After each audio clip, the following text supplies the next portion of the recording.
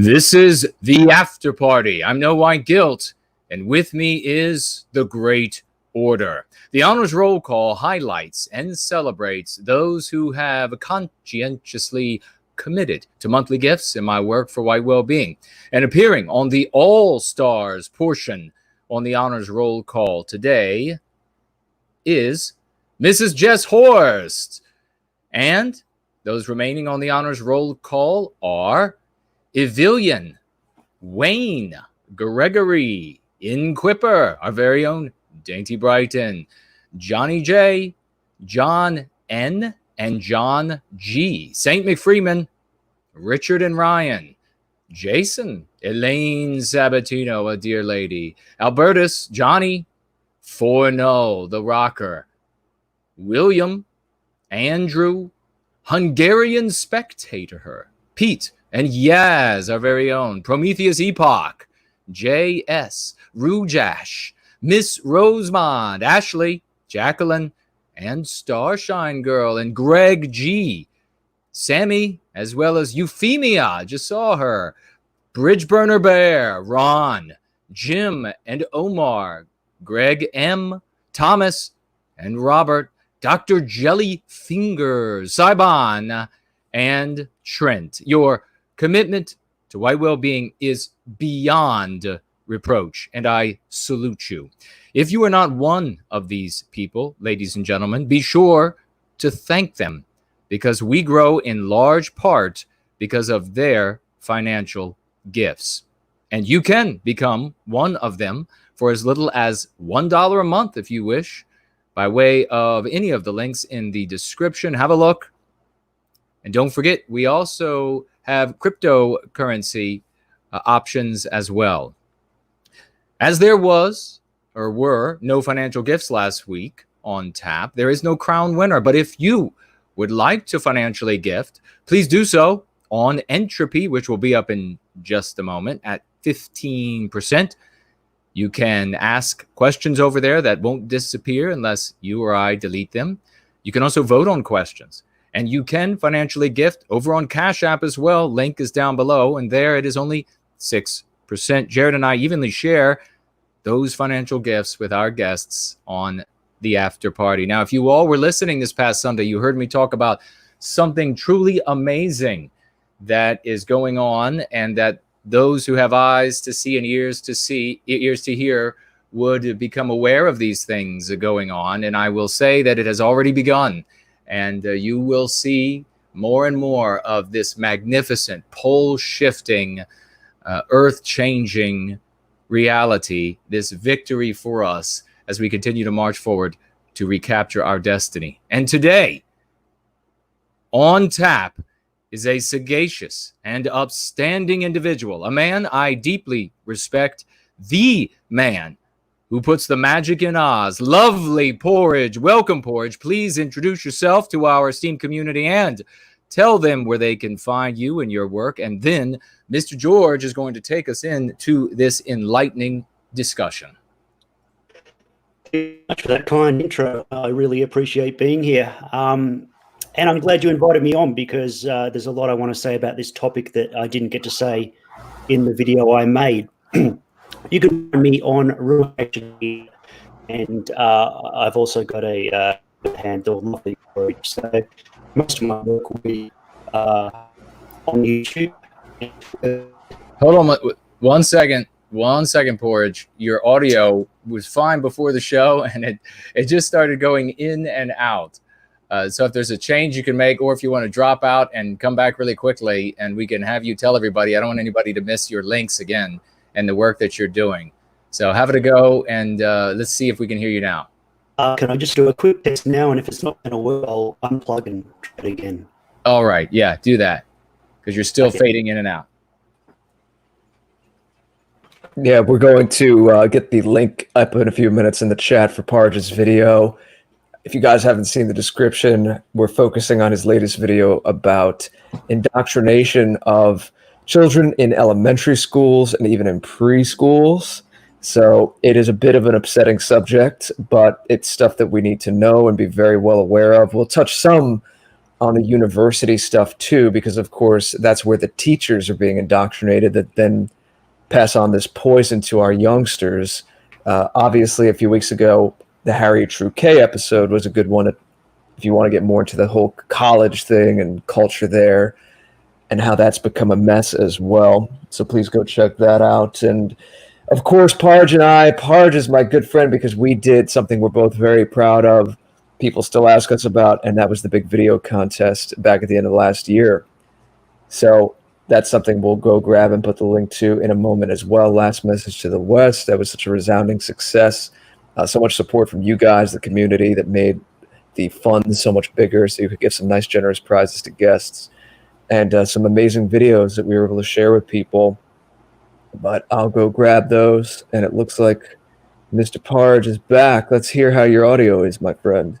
Hello. Sorry about that. I really hope it's working now. It is. Oh, good. I haven't had that problem before. Usually it's pretty sturdy, but it might drop out again. So sorry about the delay there. It's all right. We've rolled with all kinds of things.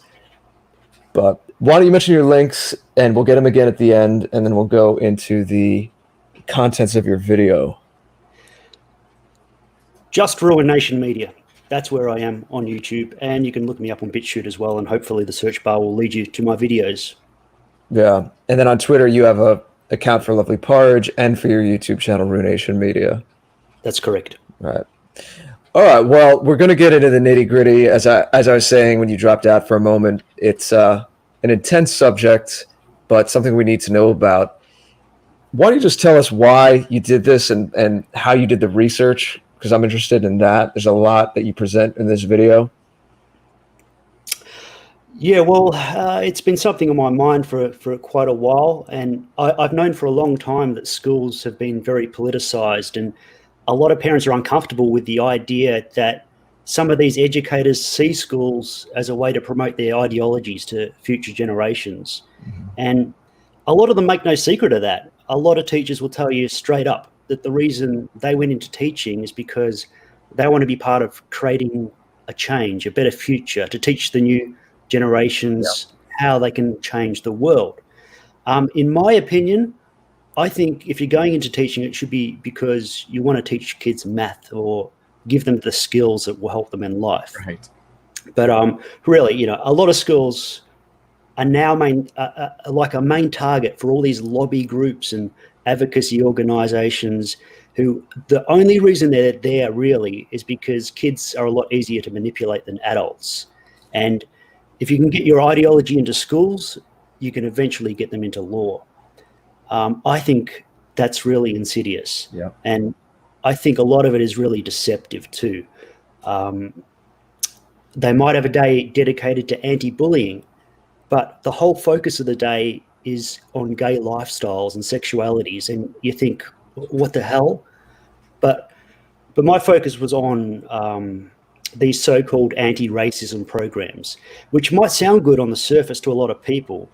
They might think, well, I raised my son to treat everyone equally, and he has some black friends, and he's a very kind and loving kid. Well, what I want to expose is all that stuff doesn't matter if he's white. And if you pay attention to what's going on in schools in regards to these racially focused programs, you'll see that this isn't about helping victims of discrimination. It's about victimizing white children. Mm. And if you think I'm being over the top about this, I just say, look at the evidence, and we might go through some of those examples in this stream, and just judge it for yourself. But my motivation to make the video was to expose what's going on, and I want to put a stop to anti-white indoctrination because white kids shouldn't have to put up with that garbage. And how'd you do the research, and how long did it take to get it together? Well, I really went over my old bookmarks, and I was finding that a lot of them, I've got thousands probably of bookmarks, I was finding a lot of them are just dead links now. A lot of it's just been wiped from the internet, unfortunately. But I was finding dozens and dozens. And so most of them didn't make it into the video. All I did was pretty much kind of click on the first ones I found, and they were good enough examples. So if I really wanted to, I could make part 2, part 3, part 4, and there's some things that really need to be sussed out as well. Some of the programs, I can't just read a news article. I'd need to go into the history of these programs that have been around since the 60s, maybe the 50s, I don't know, but I've tracked it back to the 60s at least. And these are not just programs teaching kids to be tolerant. You would think maybe in the 60s they wouldn't be as explicit, and they were less explicit, but still I think you would be really surprised with what was going on back then. See, this I just really say quickly, and I'll pass it right to Jared so we can get continue to get this great information out of Porridge, and that is this: that once you understand anti-whiteism and you're treating yourself for your mean pathogens, and Porridge is one of these people. He's absolutely a straight up honorable guy, and every interaction with Porridge has been absolutely splendid. Everything this guy does is magnificent. And once you understand anti-whiteism, how it works, what its objectives are, then you can look, and it almost is to say literally with sight, whereas others are blind. You can look to the old educational instruction, the old school books, the old movies, and whereas before, or to those around you, you couldn't see anti-whiteism. Before, you thought, well, those were halcyon days back then. Once you have the sight to be able to see anti-whiteism, and you understand what the genuine objectives are of anti-whites, you suddenly see exactly what Porridge is talking about. You suddenly see the anti-whiteism. Even if you go to what seems like the most harmless element of it, and this was the thing that struck me, and just a mathematical anomaly, nothing special about me, that when they were saying this group is special and that group is special and this group deserves special, there was only one group that was not special. And so they were the inverse of that. You can't have special without something not being special, without something being banal, without something being the inverse. And so that was us. And everybody absorbed that reality as children, all of us across Western civilization. And this is just anti-whiteism taken another increment further and another increment further, to the point that in this video, you will be, by the end of watching this video that Porridge made, we're talking about here today, you will be so furious. And I just want to say, and probably while we're talking about it today, you're going to be infinitely angrier than you've been in a long time, based on what they're doing to our children. I want you to take the anger, I want you wedded to the love of our people, and then I want you to go out into the world, whether that means anonymously online or putting up leaflets where it is legal to do so, or whatever it might be. Take that fire, take that love, put them together, and then get active, spreading, going free, so we can make a difference for more people in the world. And I pass it back. Porridge, I know it's a little on the spot, but do you remember anything specifically you were saying a moment ago about the 60s and how even that wasn't so hidden, the messaging in the schools? Yeah, look, I can't go into it too much, but I would say one thing you could look up is Jane Elliott and her psychological experiments on children. To sum it up quickly, she separated students in her class between the brown-eyed students and the blue-eyed students. Yeah, and still cited a lot today. Yeah, now this was in the 60s, and then she got the whole class to mock and abuse these blue-eyed children, and take a wild guess why she chose blue-eyed children. It's because mostly they're going to be white, or they all are going to be white. So, you know, she'd ask them a question and they'd say the answer. If they're wrong, she'd laugh out loud and get the whole class laughing at them. Now, this isn't what a teacher's job should be, and yet she's held as some kind of hero for doing this. And I think she's been on the Oprah show, and she's still doing this. And one of her main objectives is to break down the kids so they're crying. And eventually, at the end of all this, she says, now, this is what you white kids have been doing to black people all the time. So don't give me your sob story about how you didn't enjoy this. This is the reality for black kids constantly. Now, this isn't something that SJWs have done 2-3 years ago. This was way back. So what Jason was saying is exactly true. And if you read Jason's book as well, Born Guilty, he can give you a description of how he was attacked by these same kind of indoctrination that was going on back when he was in school. So it's nothing new. Yeah, those vignettes in Born Guilty under the Crucible book, within that book, are amazing, and I'll second that. Anyone, of course, go check that out and pick it up if you haven't already. But why don't we get into the video you start with this broader concept about whiteness and how the lexicon is changing a little bit in education. And now there is this attack on whiteness and this term whiteness and what that stands for. Of course, we're always told not to judge people by their immutable characteristics or an essentialism, but this is an essentialism about our people. So why don't you take us through that a little bit and why they're doing this, the deeper meaning to that? Yeah, well, it wasn't something I really sussed out in the video. I just explained that they're not using the term racism so much.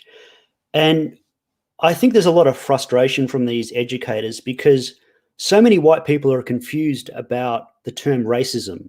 Because if you ask the average person, they might think it applies to very extreme situations or doing something really terrible to another person just because of their race. And of course, that can mean that people don't feel personally responsible. Like it would seem stupid to call a little white girl a racist because she's not guilty of abusing other people and she's not part of some extremist group.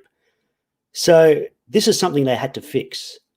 They had to fix it so that that little white girl could be guilty. And so now she's guilty of being part of systemic whiteness. Has unearned privileges over black people. She has white privilege and she's part of the legacy of white supremacy. These are the terms that they're using now instead of racist. So while it's easy to say, look, I'm not a racist, it's a lot harder to say I'm not part of whiteness or I don't have white privilege. And of course, no kid's going to know how to make these arguments to their teachers. So I guess you can look at this as kind of they're closing the loopholes, because before people might have said they have no guilt because they're not a racist. Now the message is that you are required to have white guilt. That's the key. And your children must have white guilt. So while racist, it's still the most powerful word in the English language. My prediction is that we're going to hear less and less of it as time goes on, and instead we'll be told to just fight whiteness. As if they think adding the ness at the end and people won't realize that they're just fighting us. It's funny, it makes it sound like it's this abstract thing by just making it and they'll probably drop the ness eventually. Eventually, yeah, exactly. Sculpting it down to its essence. What about this? You have this in the video where you explain how there's these programs in schools called white racial socialization. Children as young as 6 being indoctrinated. You brought up an example from the state of New York here in the States. And as opposed to the brown-eyed, blue-eyed thing that was a little more indirect, this is now, it's the same kind of thing from what I gathered from the video, but they're literally just separating white children and scolding them.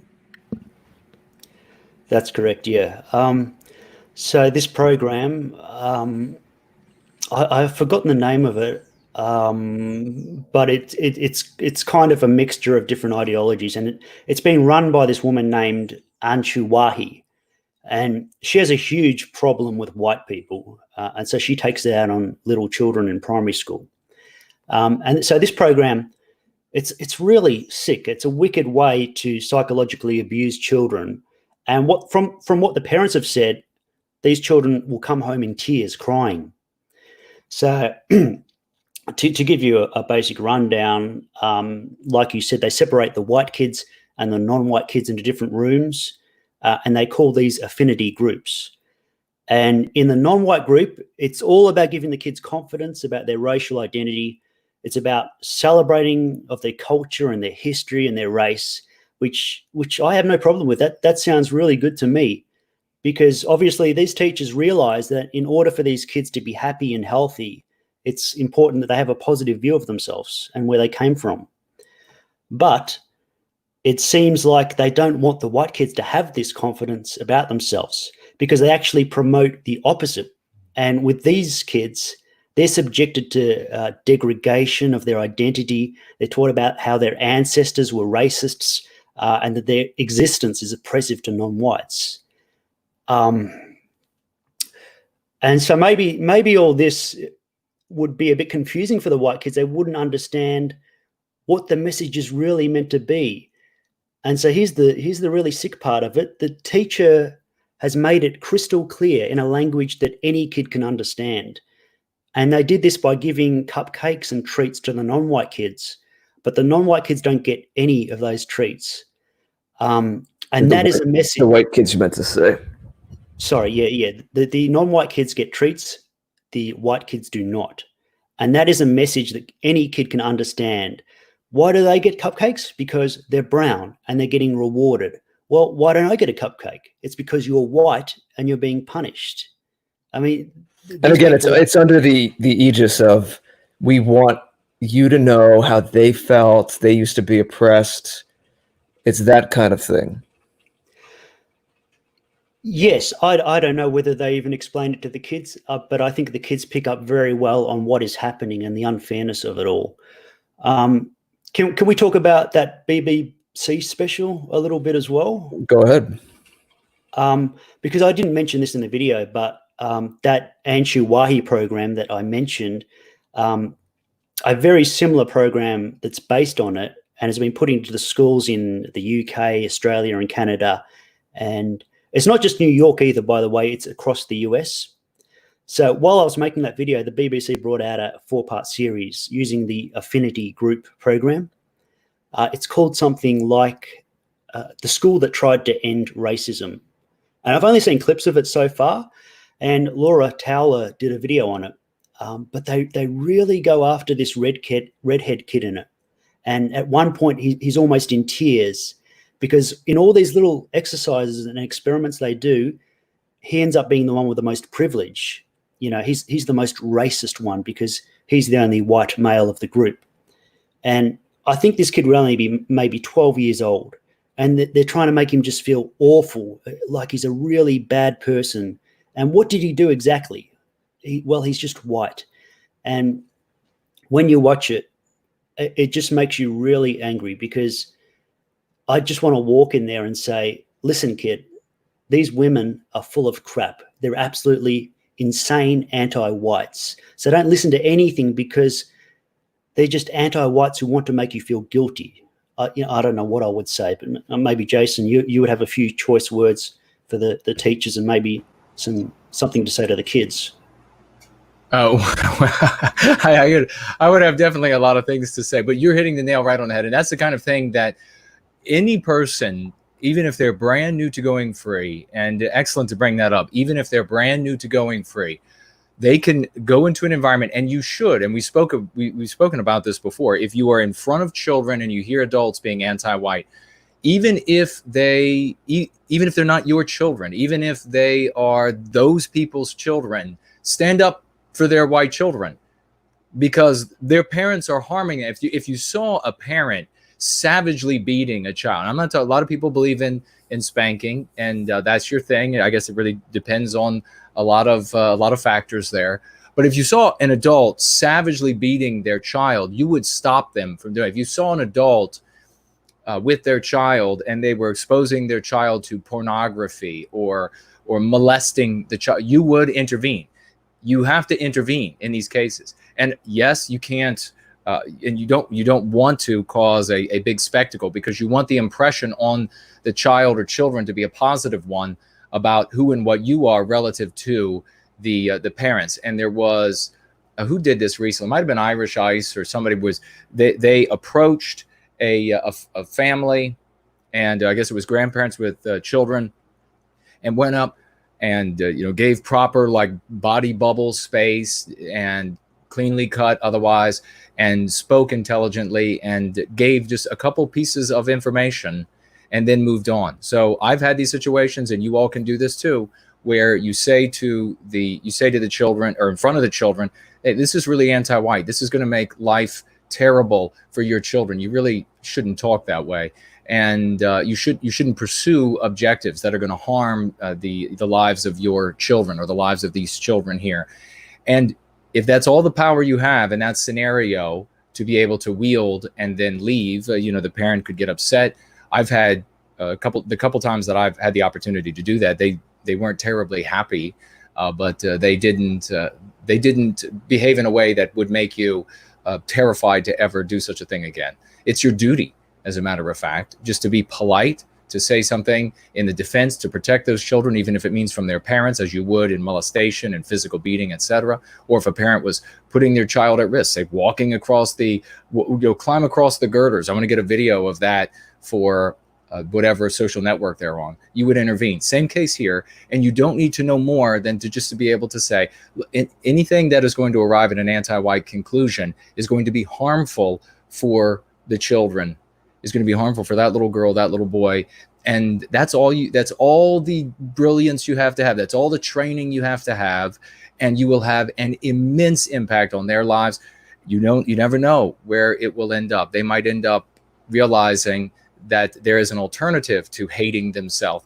And when children have that alternative, you better believe they're going to go the direction that offers them hope, offers them dignity, offers them love, offers them an escape from that anti-white narrative. And I pass it back. Porridge, was there more on that program of white racial socialization or the BBC that you had to say? If not, we could go on. No, well, I haven't actually watched the program, but eventually I want to download the whole series and maybe suss it out a bit more, because I think there's a lot of bad stuff going on in that. So Laura Tower has done it. I'd advise you to go and watch her video, but that's all I have to say on that. Right. What about this other thing called deep equity? They have all of these interesting sounding names. So we were just talking about white racial socialization.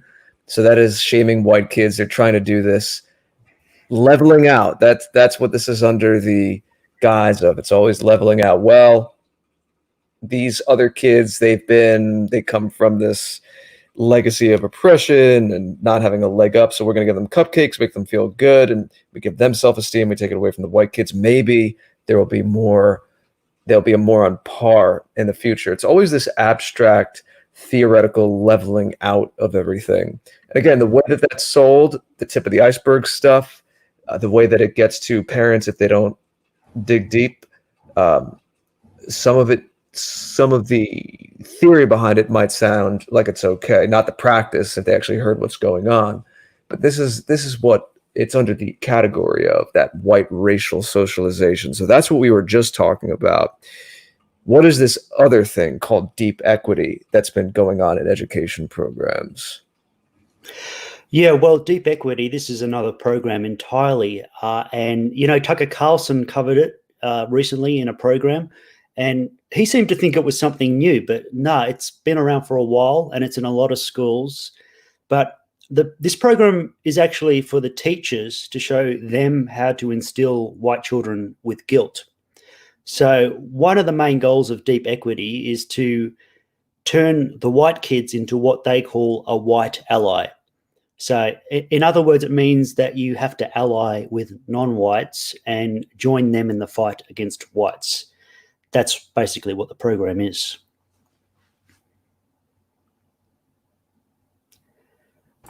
And go ahead, Jason. I was just going to say, and perfectly in keeping, absolutely revolting, perfectly in keeping with what they have instituted out in Seattle. Of course, everything we're saying on the channel here is just for pure entertainment, and you have to check with CNN. We know that they have all the answers. So nothing here is for you to keep as legitimate evidence. Just check with MSNBC, CNN, and Ms. Wojcicki. But having said that, out in Seattle, the federal employee, or the state level employee, government employees of that state are now exposed to programs that they have to take without pay, because they have to take it all from their job without pay. I have a wonderful woman has sent me all of the documents of this program before Tucker talked about it, by the way. And it is the exact kind of thing that they're teaching the children, white children now. It's that you have to, the goal of the program out there is, and this is going to be the goal of all of these anti-white programs across the West now, in the wake of this next click up in the cycle of anti-whiteism, exactly as we predicted. The goal is for you to not be white anymore. And evidence that you're not a white person anymore is that all other white people infuriate you. All other white people are angry with you. I mean, it is unreal. It is unreal. It's fantastic that they're doing this to white adults, because they're going to say, wow, conservatism didn't do it for me. Patriotism didn't do it for me. Nationalism didn't do it for me. They didn't explain all of this. They didn't predict all of this. They couldn't stop any of this. Now they want me to go to these classes where I'm forced to learn about being evil simply because I'm white. And then I have to achieve at the end of the class, at the training, that I'm not white anymore. Well, it's good that it's happening to the adults, because they're going to look elsewhere. They're going to say, where else can I find answers? What will put an end to what we're exposed to today? How can I get out of this anti-white narrative? And then they'll be able to come to folks like us. Where this infuriates me to the point I can hardly speak is when they do this sort of stuff to children, exactly as Porridge was saying at the beginning of the conversation, because you take children and they'll believe in Santa Claus and the Easter Bunny, and of course those things are true. They'll believe in those things and anything else you want to tell them, including all of this garbage. So how easy is it going to be for the anti-whites to teach these children to hate our people and therefore hate themselves, and give them the only path out of that is to wage war against your own people? Now, it has been like this for many decades, but it has taken another notch up. It is anti-whiteism is incremental in that it pushes as far as the law will allow, and now they control most of the law, the anti-whites, don't they? And as far as the public will tolerate it. That has always been the limits. Anti-whiteism, and this is what I get so fed up about all these academic peacocks elsewhere in the white positive sphere, not having any idea what they're talking about, but everybody wanting to give them an ear because they're an academic peacock. And they say, well, no, they're just getting worse and worse. Anti-whiteism isn't getting worse. It is from hell. It has been 100% venom from day one, but its implementation has been held up by those two things, the public tolerance for it and the law. And now they dominate most of the law. And now they have so much power, and they've victimized so many people, infected so many of our people, that they tolerate more and more. And so now we're just seeing more and more anti-white. It's the reason why, a great example of how I'm 100% right, just as I was with the proprietarians, where they were 100% wrong, is that where you saw in cases throughout Western history where the social order broke down, what did the anti-whites do? They immediately implemented the totality of anti-whiteism. They immediately went into the most disgusting sexual acts, the absolute erasure of all of Western civilization, of Christianity, because that is the primary religion of white people, at least for the present. They completely moved to destroy all of this. So in all of these focused places throughout the history of the West, wherever there was a social breakdown and they could implement the totality of anti-whiteism, boy, they did.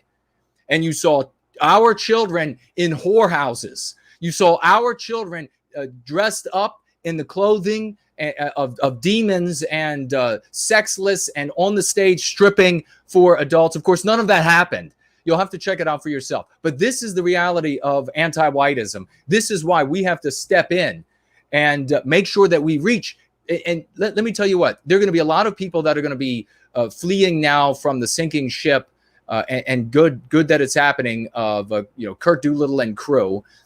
Regrettably, most of those people are going to be heading toward other entertainment because they don't want to be given a task. But you are given a task here.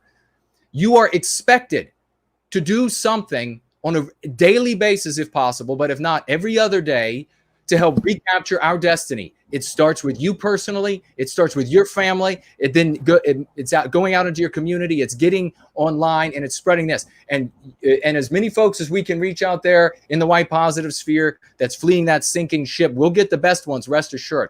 But those are not going to be all we need. We need to go out to the MAGA types. We need to go out to, and tons of them are coming over, to the basic nationalist types, to the basic patriot types. We need to be bringing these people over so that they have an answer to this poison, to these infections in the environment, rather than just folks like, regrettably, Tucker Carlson continuing to use the concepts of anti-whiteism, and therefore, even though he's doing as much good as he does, continuing the poison. Nobody has a little Tucker on their shoulder to argue for them at the dinner table. We need to go free. I pass it back. And please, Porridge, if I said something, or Jared, if I said something you want to speak to, please do so. No, you're right. And anybody who doesn't feel emotional about this or anger, I would say there's something wrong with you once you've read through what is happening. And now is not the time to be LARPing about running off to the woods or some civil war that's going to be the answer somehow. We're dealing with the reality here and trying to set people free from what is happening. They need to understand what is happening first, though. So it's a lot of work, and it's not glamorous, and it might not be exciting to think about, but it is really important. And can I quickly make a point I should have made before, but I forgot, but it's important, I think. And that is when they separate white kids into a room and make it really tense and stressful and uncomfortable, what they're doing is making sure those white kids, every time they're around other white people, feel that sense that something's wrong and they shouldn't want to be there. There's something evil about it. And then when they bring the two classroom groups together, the non-whites and the whites, all that tension is released. And so this is really insidious social engineering. I think that is the point of what they were trying to do to those kids. Mm-hmm. Jared, sorry I hesitated before. Did you want me to go through the points of deep equity? Because I do have the information out in front of me. Sure, yeah. Just to your point, I do wonder, as a silver lining kind of thing, not that we can rely on this, I'm just more thinking out loud, but I do wonder if that could backfire, what you just said, because there's all this false tension created in the classroom. But then I could see the white kids going to each other's houses after school and wanting to congregate together and hang out with friends, as kids always do, realizing that they actually feel more comfortable around each other. And thus, there's actually a very stark contrast between this manufactured tension that they feel in school versus the ease of their normal social bonds when they're not under the thumb of the teachers and the administration.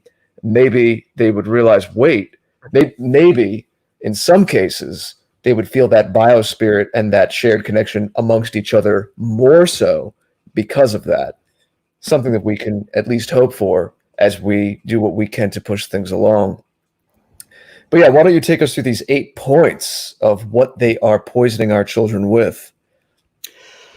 Well, we're still on the deep equity program, and as I said, the whole idea of it is to create white allies.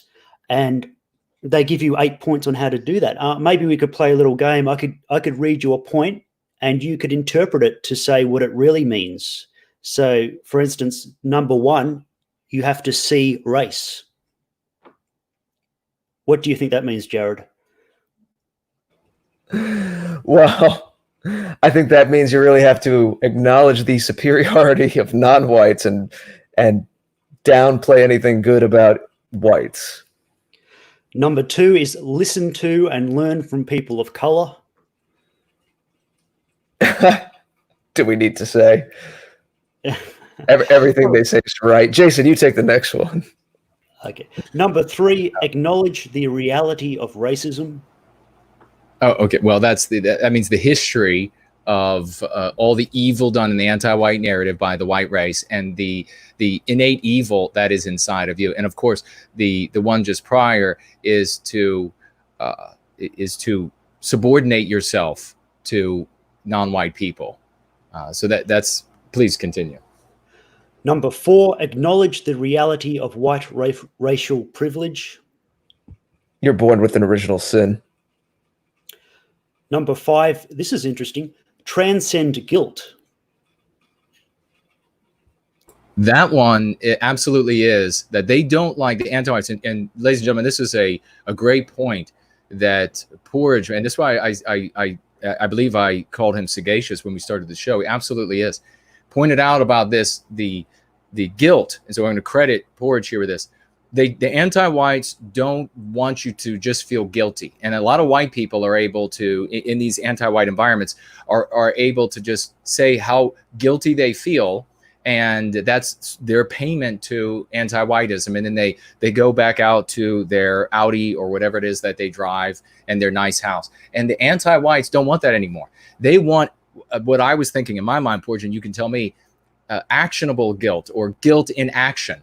They want you actively harming yourself, the white race. It's not enough anymore for you to say, oh, I feel guilty as a white person because I'm white, because of all of the, the anti-white narrative, what they've said about the white race. Now you're going to actually have to do something, just like they said in this Chaz when the anti-whites set up this hell on earth, this area where they're murdering every day and whatever. Of course, none of that happened. It was Shangri-La. But nonetheless, there's a video out there, and you can go look for yourself, where they said, okay, all white people, it's not enough just to be here and be an ally. Now you turn to the first non-white person you see and give them whatever, $5 or $10 or whatever it is, out of your pocket right now. Give them $5 or $10 out of your pocket. So this is guilt in action, and I credit Porridge with that sagacious insight. But if there's anything you want to say to that one, Porridge, and then continue. No, you got it in one, I think. Guilt is not enough. So number 6 is educate other white people.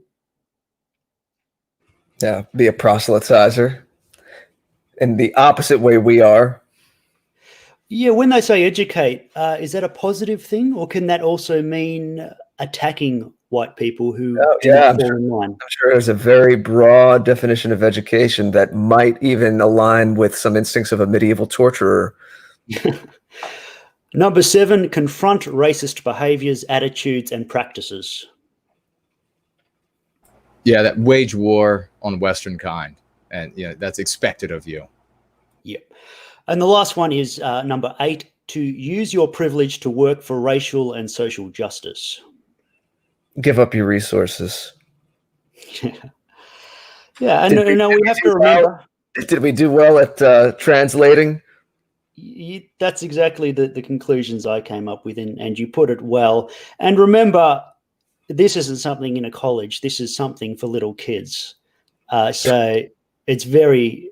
As young as how old, do you know? I'm not sure that this is in primary schools. I think this is only high schools. And all the examples I've used are only from ages baby up to high school. I didn't go into colleges because we all know they're completely nuts in that. So this, as far as I know, is just high schools. And this program goes a bit further, and to give white students an identity. And this might seem a little strange because it's something, Jared, you often talk about white identity. And so this program, they don't only offer one possible identity for whites, they offer 3. But the interesting thing about these white identities is that they all relate to non-white people and how we are harming them. So would you like me to just quickly run off those? Choose your own adventure, sure. Yeah. Well, the 3 different identities, they say, and they want a child to pick one in particular. The first one is fundamentalist white identity, and that is basically you are just ignorant of the racial issues that non-whites are dealing with, and you don't really care about it. The second white identity is integrationist white identity, and that's where you do feel the guilt and you feel a type of paternalism towards non-whites, and it's kind of like a white liberal. You think you know everything, and you think you know the solutions to racism. So they don't want that either. The one that they want is transformationist white identity, and that is one that's characterized by humility and systemic power shift and learning about it for the continuation of your life. And so that's the one way we can have a type of solidarity with other white people. We're allowed to identify as white in a way that expresses humility. I would call it humiliation, and to work towards change and empowering non-whites. So I think this just goes to show that if you don't teach your kids a healthy sense of identity and where they come from, the education system might fill that hole with purely negative identity. And Fill that hole, it yes. will.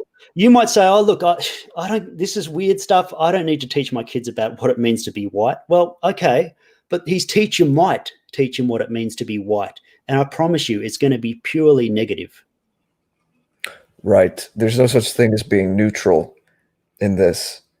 You have to push forward on the gas pedal positively with all the markings of our ethnocultures, your specific ethnicity, you come from, the region you come from, things about the wider bonds amongst all of us.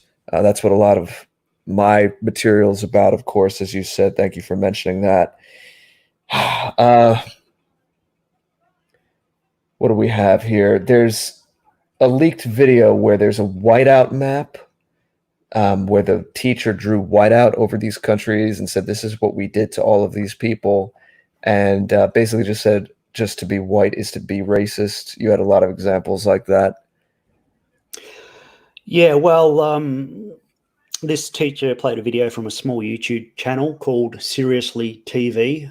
And it's really obnoxious, woke leftism, and it's presented in a kind of fast-paced pop culture way.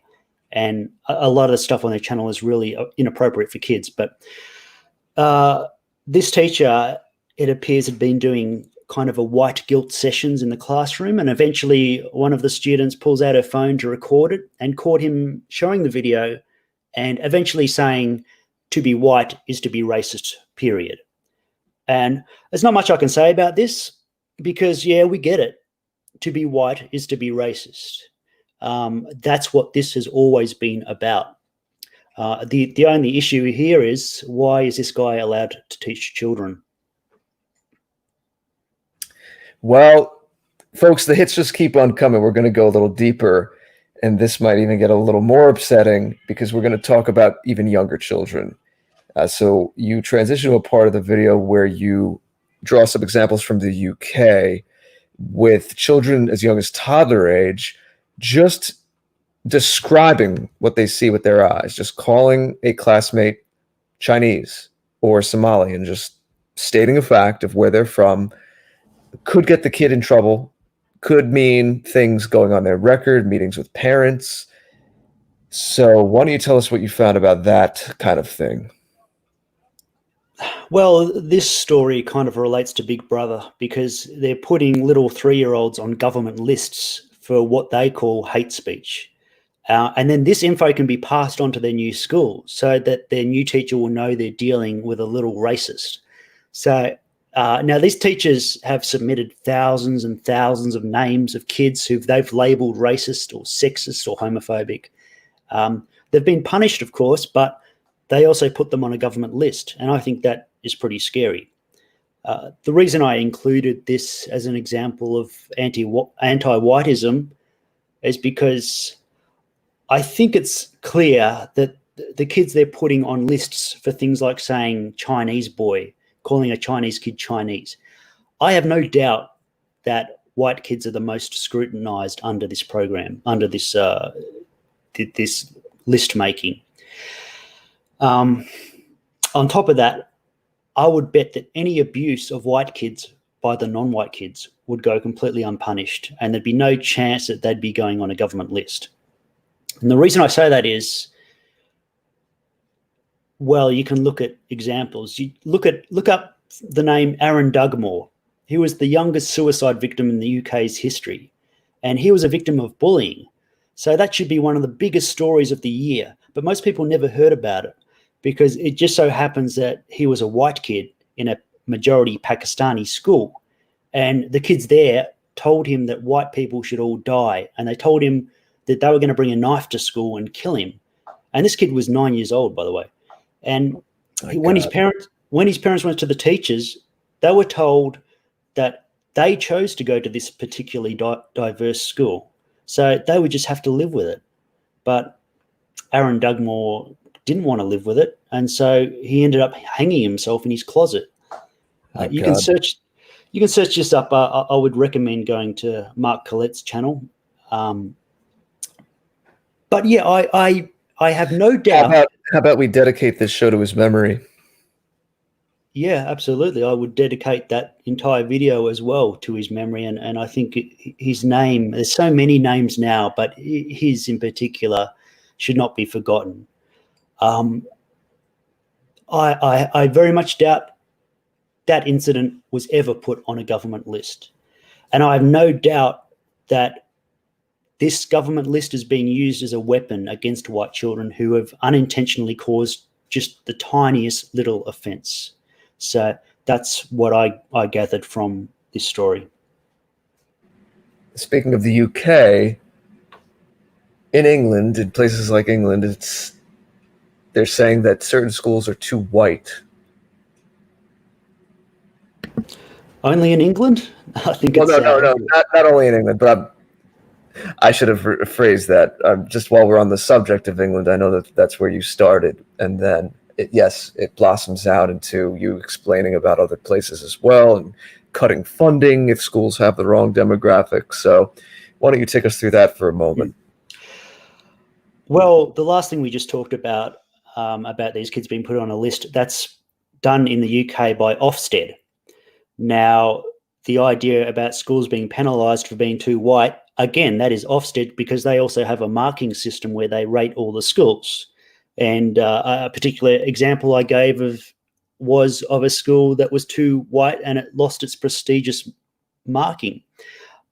It's not only in the UK, though, of course. It's the other example I gave was in the US, where schools that have less than 30% white students get rewarded with extra funds. And I guess that applies to Asian schools and Indian schools. So I imagine some schools might want to limit the number of white kids they enroll. You know, they might say, nah, sorry, we can't enroll your child because he's white and we don't want to lose our funding. And so in the school, in the article I mentioned, it ended up having more than 30% white children. And so it lost its funding, its extra funding, and it started laying off teachers and increasing the class sizes. So does anyone want to make an argument that that isn't anti-white? And that's the term. That's a term we have to use. Yeah. Yeah. Put it this way. In the US, they're de-incentivizing the existence of white people. I was almost said de-incentivizing whiteness, but I know I don't want to use that term. I'll get in trouble with Jason. But it's sending a very clear message that the fewer white people, the better. And you'll be rewarded for having fewer whites. That's how I interpret it. Yeah. What I was saying a moment ago when we began is what I'd written is actually in England, it's not even they're saying white, is they're saying that these schools are too English. So I looked over my notes and that's where we were beginning. So it makes it, even though white is certainly a valid category, and we recognize that for our peoples who come from the various corners of Europe, it's just the specificity makes it that much richer. That in England, the country is called England, and they're able to say, they have the audacity to say that this school is too English. The school is too English in England. Yeah, and isn't that an admission that there's only one place where England exists, and that is in the biospirit of all Westmen, men and women around planet Earth. So that's what they want to get rid of, is the England, the English on any landmass where anti-whites could be found.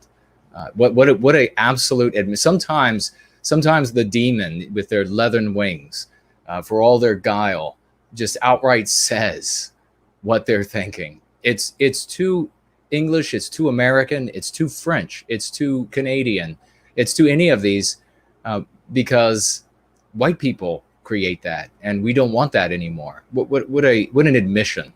What a bunch of leathern-winged, horned, and hooved bastards they are. That is a great point. It proves exactly what we speak about, as you just said, that there is an essentialism to being English, and it's being that part of the European family, and it's in us. And you could take those English kids. A school could be too English if those were all English kids in Antarctica. So it's not just about being on that landmass, that island, even though certainly that island shaped the English people and the English people shaped that island, and their destinies are intertwined. I understand that.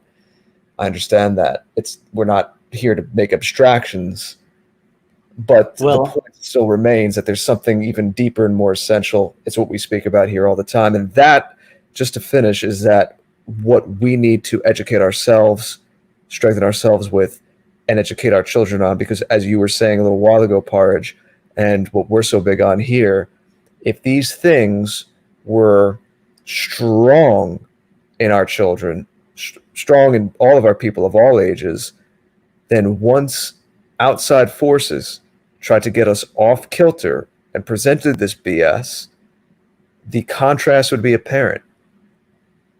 You wouldn't have to make intellectual arguments. Not all of our people would need to be equipped with intellectual arguments. You wouldn't need to be able to cite history, all of these things. You would just know that this is wrong because you have a center, you have a core, you have a center of gravity, you know who you are. So that is why you need to put that into your children. That is why you can't be neutral. That is why the state's going to fill this vacuum if it's not there. But go on. Yes, and never defend yourself from the accusation that something is too white, which is what the school did. There's a lot of people would say, "Oh no, we're not too white. We have one child who's half Mexican, and a lot of these kids have gone to the city and they've met with black people." Never do that. Never fall for that. That's the worst thing you can do, because you're admitting there's something wrong with being white.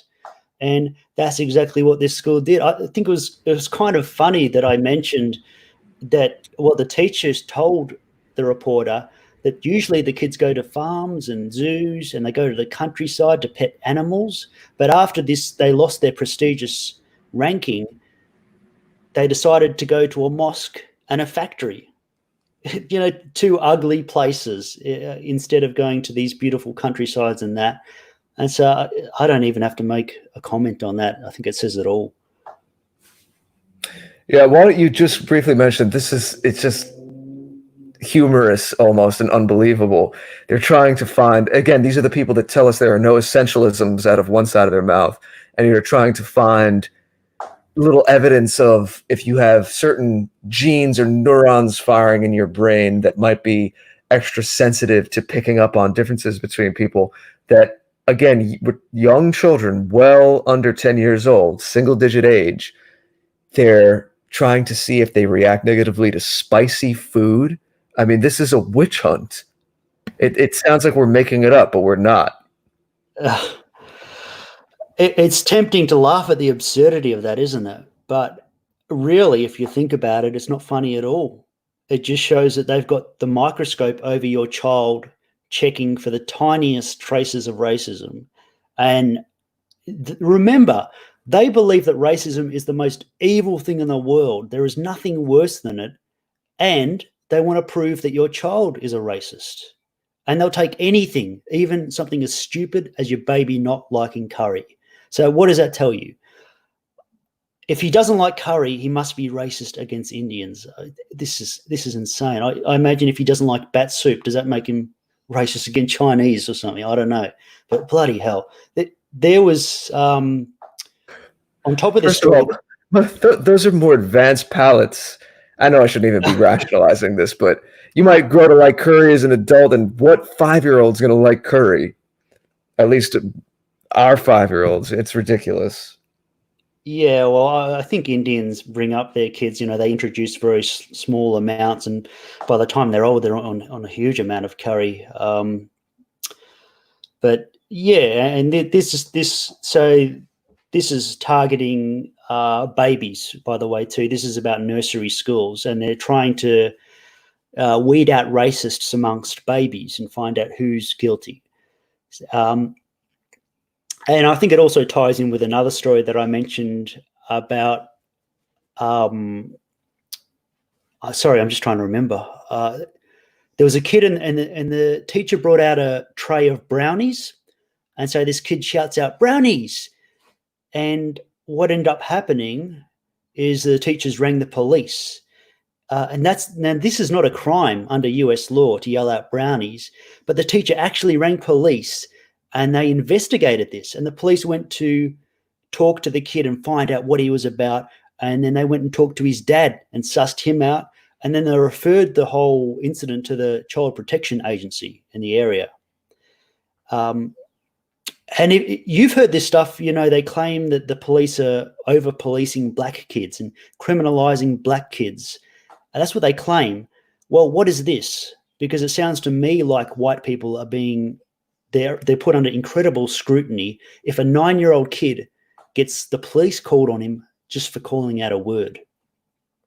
Very, very well said, Porridge. And you touched the nerve when you were talking about if they're going to condemn for this, if they're going to call you a heretic, worthy of the grossest dehumanizing behavior, and so that anything can be done to you, by the way. And that is something that I'm going to try to keep my cool. Maybe on Sunday I'll let loose a little bit on this, but that is something that makes me pissed off so fast, that they, with the anti-white narrative and with this uptick we're seeing in both the harmonizing of the diversity, the harmonizing of the multiracialism. Remember, if you don't know what that concept is, that MC, you've got to go and get Going Free ASAP, the book, and be with us on Sundays, 5:30 p.m. Eastern Standard Time, so that you can be empowered with. That's what this is all about, is you've got to get out of this anti-white narrative, because if you don't, there's no hope.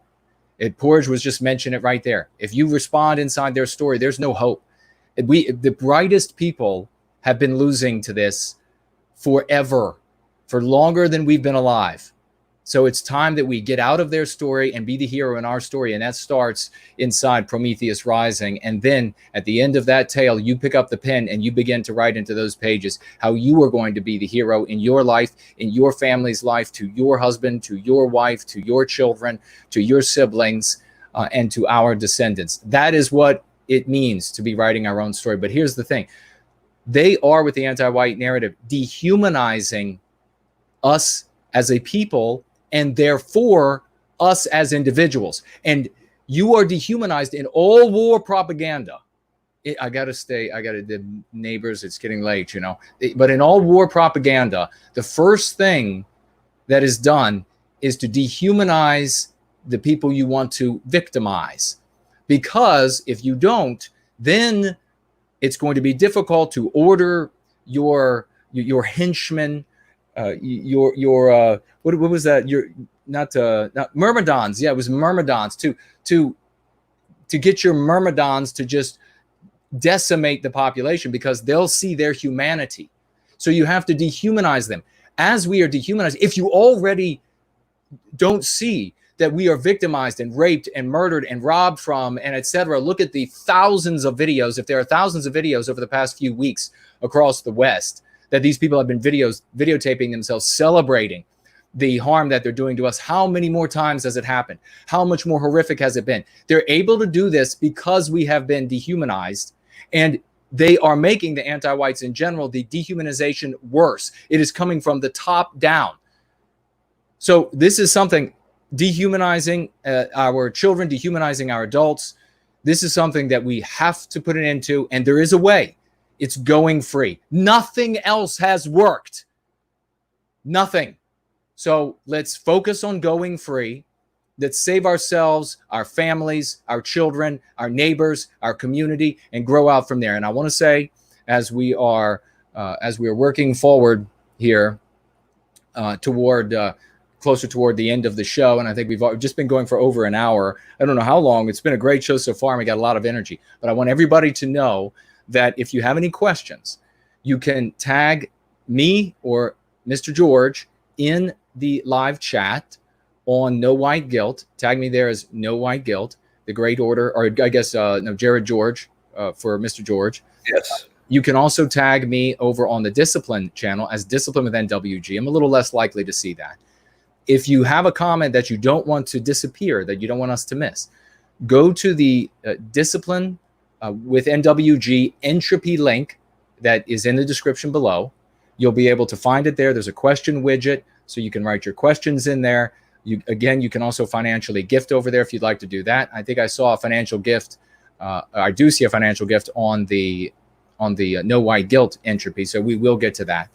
But you can also go to Cash App for that purpose. So get your questions to us. We've got a couple more points that we're going to be touching upon, some more serious issues for our people and for our children. And but be inspired. Don't and I'm going to pass it right back and get Porridge's thoughts on this and get back to Mr. George, and we can move forward.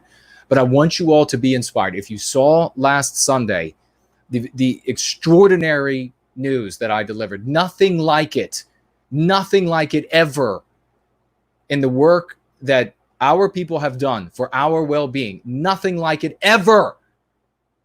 If you've seen that news, and I had to be a bit cryptic about it, it's real. That's why it has to be a bit cryptic. I'm not, we're not the propertarians here. We're not promising some big rally where everything is going to go to pot. We're not promising some whatever else it might be, and it's just not going to come. It's already happening. It is already, it's in the real world already happening. And it will become more apparent to those who have eyes to see and ears to hear. And as time marches on, you'll be able to be blind, deaf, and dumb and still be able to get it. So know that it is that those kinds of wins are in our sails today. When you get fired up about this dehumanization, when you get fired up about them victimizing our children, and now your child might be 25 years old and working in the government in Seattle, having to take time off at no pay to stop being a white person. Does that piss you off? Are you not motivated yet? That's what's happening across the West, and it's time that we get motivated. And I pass it back to these wonderful gentlemen. Porridge, the main thing Jason's taken us into, we wanted to just get some of your thoughts on briefly, is that bigger frame. And that's what Jason is already brilliantly painting for us. And just that this is giving the green light to victimization, to violence, justifying all of that. So I know you give some bigger picture perspective at the end, and also how the teachers themselves are indoctrinated in university. We had a show with Harry True K a few weeks ago and spoke a little more at length on the whole university sham.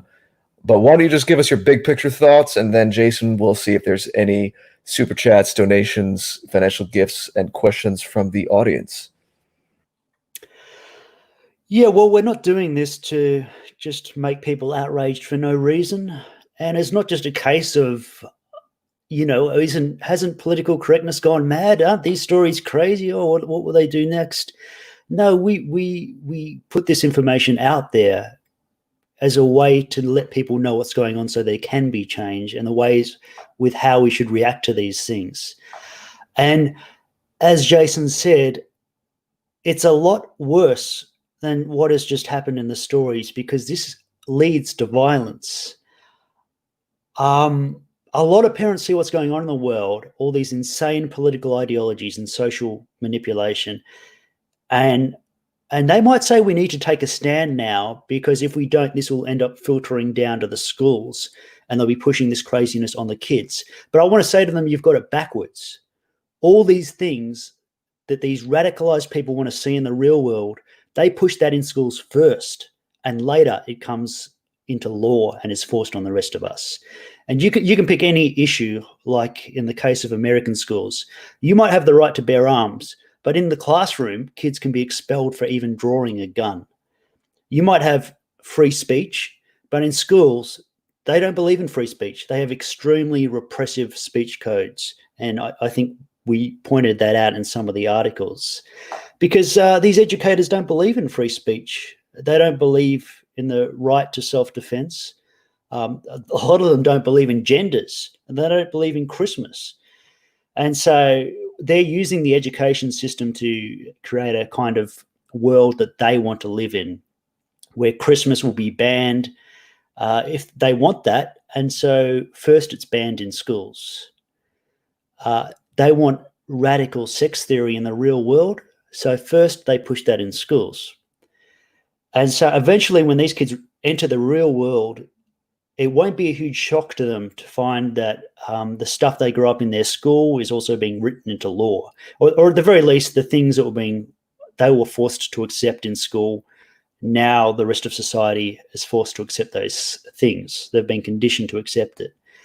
And this has happened in Australia with gay marriage is one point I think I've made before, that in schools they were teaching that a marriage can be between two men or two women. And that was just factually wrong. That wasn't the definition in the dictionary, and that wasn't written into law. But they were telling kids that that is what marriage is, because that's what they wanted marriage to be. That's what they believed it would be, and eventually it changed. So what we're dealing with, or what these kids are dealing with, is like a reverse battlefield where they're on the front lines. So all the poison goes to them first, and we get it later. So I want people to understand how sinister this whole thing is. And particularly when they're not so much asking kids to accept different lifestyles and religions, they're asking white kids to hate their own race and feel guilt about their identity. So even if these kids accept 100% of everything they're being taught, that won't be enough because they're white. And it does lead to violence. Colin Flannery wrote a book called Don't Make the Black Kids Angry. And if you read Jason's book, you'll understand that, because he got beaten up at school. And when the teachers came, they punished him, not the attackers. That happened. Actually, he did a pretty good job at fighting back, I must say. I'll say on his behalf. But no, yes, true. he put up with a lot. The crucible within Born Guilty is absolutely astounding. That's right, yeah. But he was the victim in that case, using self-defense. Exactly. He turned the tables on them. That has happened very recently in news reports, where a kid has worn a Trump hat to school, got beaten up, gone to the teachers, they've said, "You've provoked these students." And now we see it a lot more in the real world. People getting bashed up by mobs in these protests, BLM, and they're getting charged themselves for getting beaten up if they dare raise a hand of any sort, or raise their self-defense weapons to do anything. My point is, it starts in the schools and it ends up in real life. And so that's why it's important to focus on what's going on in schools. They're training kids to be their foot soldiers. We wince at a certain footage from other parts of the world, we'll say, where we see 8, 9, 10-year-old kids with AK-47s in their hands, and we think, how could that be so? They blindfold the kids, sometimes have them shoot their prisoners. They take the blindfold off. They make the child realize that they just murdered a man. They took their first life. The child's upset, but eventually they condition the child at that young age, 9, 10 years old, to be killers, to be capable of killing a man with those machine guns. Westerners see documentaries about this. They see videos about things like that. They wince. They say, this is barbaric. We don't live in a civilization like that. People, we are living in a civilization like that. We're living in a situation like that. It's not guns. It's different, but it's the same mechanism, and it's the same kind of sickness.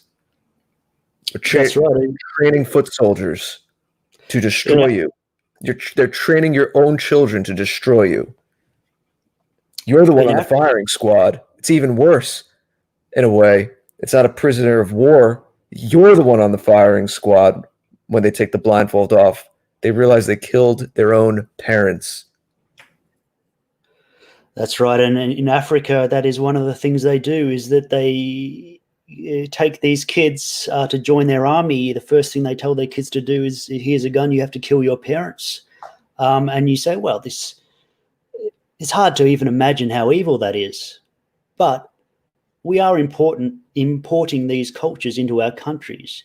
And it was only a few years ago, a little kid from Australia who was of Syrian ancestry was holding up the severed head of another man, because his dad had taken him over to Syria to do this.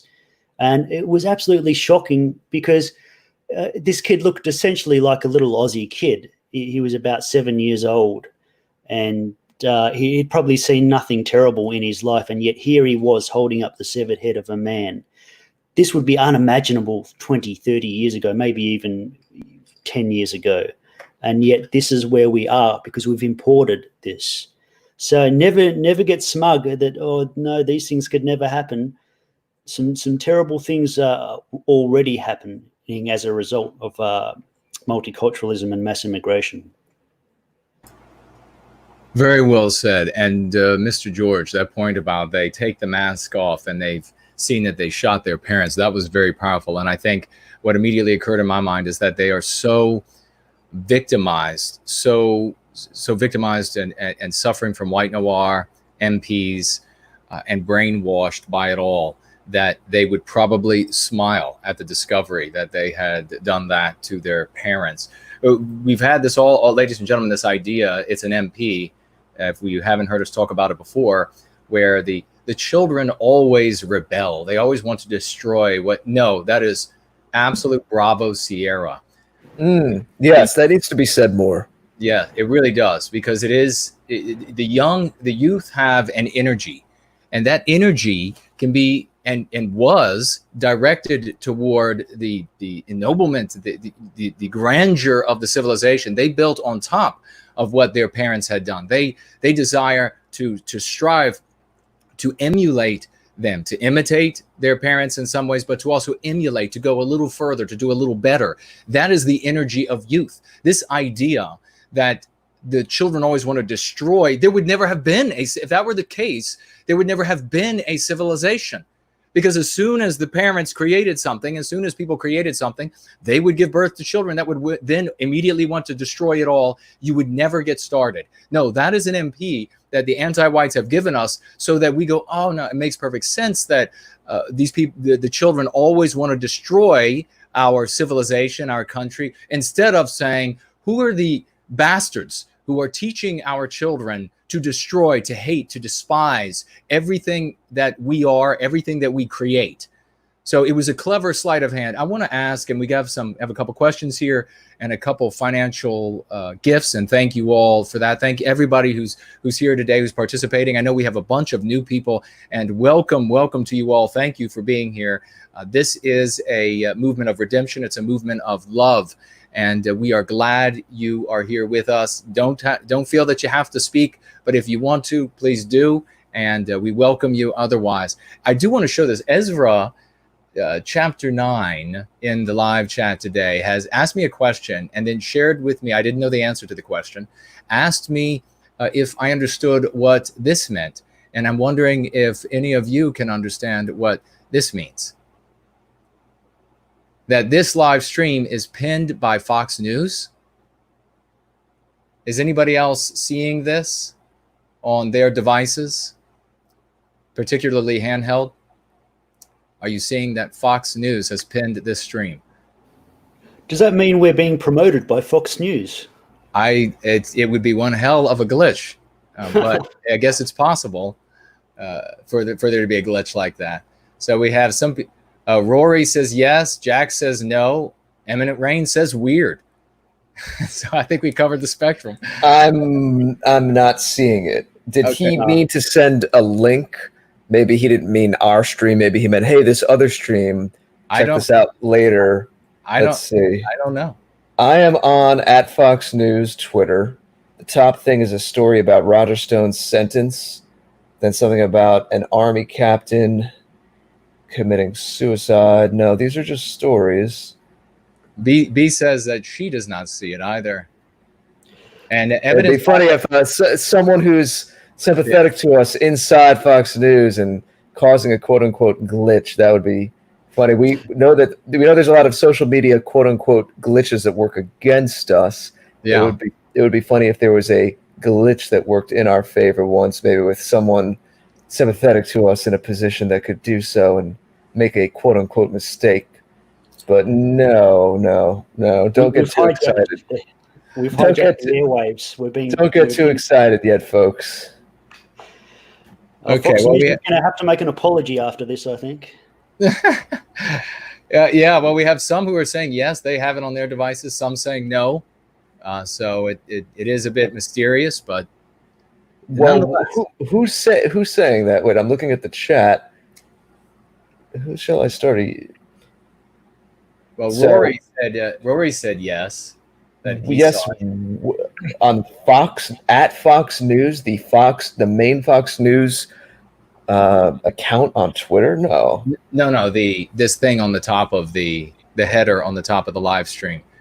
That I guess is unusual because these people have never seen it before, and I've never seen anything like that either. So perhaps it's a glitch. Perhaps it has nothing to do with Fox, or maybe I don't know. I'll take Fox. I'll take a glitch that says that major news entity, or it appears that way. It could be interpreted that way. Boy, the anti-whites will have to get on that quick, won't they?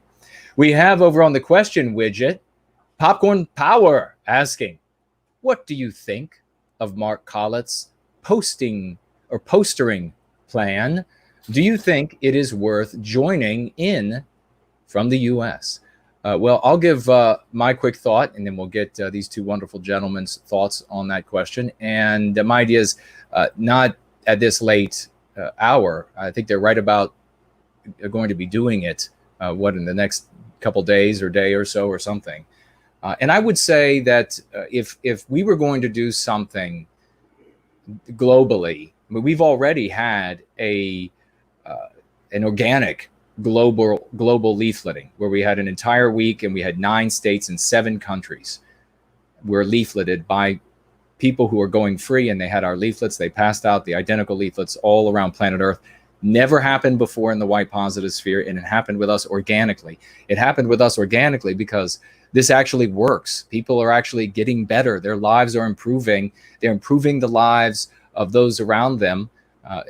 Talking about Australia, we had Higgs boson said he got his wife going free and never was able to reach her before. We had, who was that last week? I was saying got his whole family to start going free, unable to reach them for years and years with any of this. There's so much that we just can't even cite it all of the positive experiences and benefits and boons that people have experienced in their lives as a consequence of going free and bringing those that they dearly love, over to going free for the first time, able to be on the same wavelength. But when it comes to this, I would say that if we were going to try to organize something like this, I would think that we would want to all go with the slogan as Underhill says, we go with no white guilt, so that we put this into the mouths. We have Raymond Foster over there in Australia doing a magnificent job, just stellar, heroic job, putting up no white guilt. Once that is in the mouths of our people, it'll be far more difficult for anti-whites to infect them with mean pathogens. So if we were to hit a global campaign on a, say, single day, or have it go for a week, of no white guilt banners and posters and things of this nature, not only would it actually empower our people, which is not to say that the slogan White Lives Matter is not good. It's a good slogan. It's just an inverse of a slogan inside that works for the anti-whites inside the anti-white narrative. So after it's used, you're still there inside the anti-white narrative, and therefore you're subject to all of their mean pathogens, etc. If we were to put no white guilt into the mouths of these children that Porridge is talking about, and they go to sim, rest assured there will be some spunky kids that as soon as the teacher started saying that you should feel guilty, that the white kids would stand up and say, I'm like, no white guilt. I don't feel any white guilt. And that would change the dynamic in the classroom quickly. So I think that it's probably too late to really prep and participate. And I would think that if we're going to do something global, it should be something, it should be a slogan like no white guilt, so that everyone who sees it is permanently empowered. Where this has shown up, remember, where this has shown up, where people have leafleted and the comments go up in the news, where they've reported it on the news, the comments go up. Average folks, MAGA folks, just your average white person with normal sensibilities, come into the chat and you see them say a couple of things that you make apparent that they're not in the if you're inside the anti-white narrative, you're part of that spectrum of left right. They make these things, they make statements that make it apparent that they're a little bit to the right, but they're certainly not as far right as others are inside the anti-white narrative. And yet they then will say, but I have no white guilt, and I don't know what this crazy person is talking about. So it's an immediate empowerment. That's what I would recommend. I don't know if Mr. George or Porridge has anything to say about potentially participating in this campaign that they're doing. It has something specific to do, I think, with the UK also, Indigenous Peoples Day there that's coming up. Either of you? Well, I think he's talking about the White Lives Matter motto. Is that what he's referring to? Well, they have a postering on Indigenous People Day in the UK. They are going to go out, Patriotic Alternative are going to go out in force in several areas across the country, and they have a giant banner that says White Lives Matter, and I guess they're going to have posters that say White Lives Matter that they're going to put up, and they're going to try to make the argument that we're the indigenous people of the UK, and White Lives Matter is the slogan they're going to be using. And the question is, should we do the same thing on the same day in the US? And then, of course, for you, it would be Australia. And I don't know if Mr. George knows when this day is for the UK. I think it's nigh. I don't. Well, my opinion on the whole White Lives Matter thing is that it's a bit of a cheeky troll, and I love a good troll. I like making fun of these leftists, and it's specific to a certain time. But let's not make it our motto, as though that's going to be something that represents our movement. The same with it's okay to be white, because as Jason has said, these things are quite easy to dismantle. If I told a leftist, White Lives Matter, it's okay to be white, they could instantly come back and say, yes, white lives do matter and it's okay to be white, but will you join us in the fight to make it so that Black lives matter? And will you join us in making it so it's okay to be black? And what are you going to reply to that? Just quickly think about it, because you've only got a second. You better make it good. Mm-hmm. It's a real conversation stopper. And if we're talking in the context of schools, these mottos are not going to be very helpful to kids to say White Lives Matter, because it's essentially a troll. But if a kid says to his teacher, look, what you're saying sounds anti-white to me, and anything you say that's anti-white, don't bother, because I don't have any white guilt, and there's nothing you can say to me that's going to make me feel guilty. What does the teacher say next to that, after that? Because whatever she says, you can end up keep repeating it. No, it sounds like you're trying to make me feel guilty for being white. It sounds not even like, guilty, but lead to harm. Mm-hmm. Anti-white conclusions lead to anti-white actions, which are actions against me, my people. Don't make it abstract. Me, my people. Yeah, and it's gone to the heart of the matter too, because once you've said that, they can't expand on anything, and they can't say anything about white lives not mattering or it's not okay to be white. So I can see these things as being a way to invoke outrage in the left and expose them. What is actually wrong with these terms? Nothing's wrong with being white, and it should be okay to be white. But once this campaign's over, we might move to another one and another one after that. But yeah, I see them as a funny little quirk, but not the center of who we are and what our movement is about. Mm-hmm. Yeah, well said. Mr. George, did you have any thoughts to add? No, same. It's reactionary, and it's still staying in their frame. Right. Yeah, and what Porridge just said, it's so if you could have one slogan hit our people's ears, because we have limited resources, we have limited manpower, we have limited connectivity. What are you going to leave them with? Do you want to leave them with something that will be quirky and will be a funny insult, a funny turnaround of a phrase that will have a season and then will be gone? Or do you want to leave them something that will endure the rest of their lives and the lives of their children and serve them well the entire time?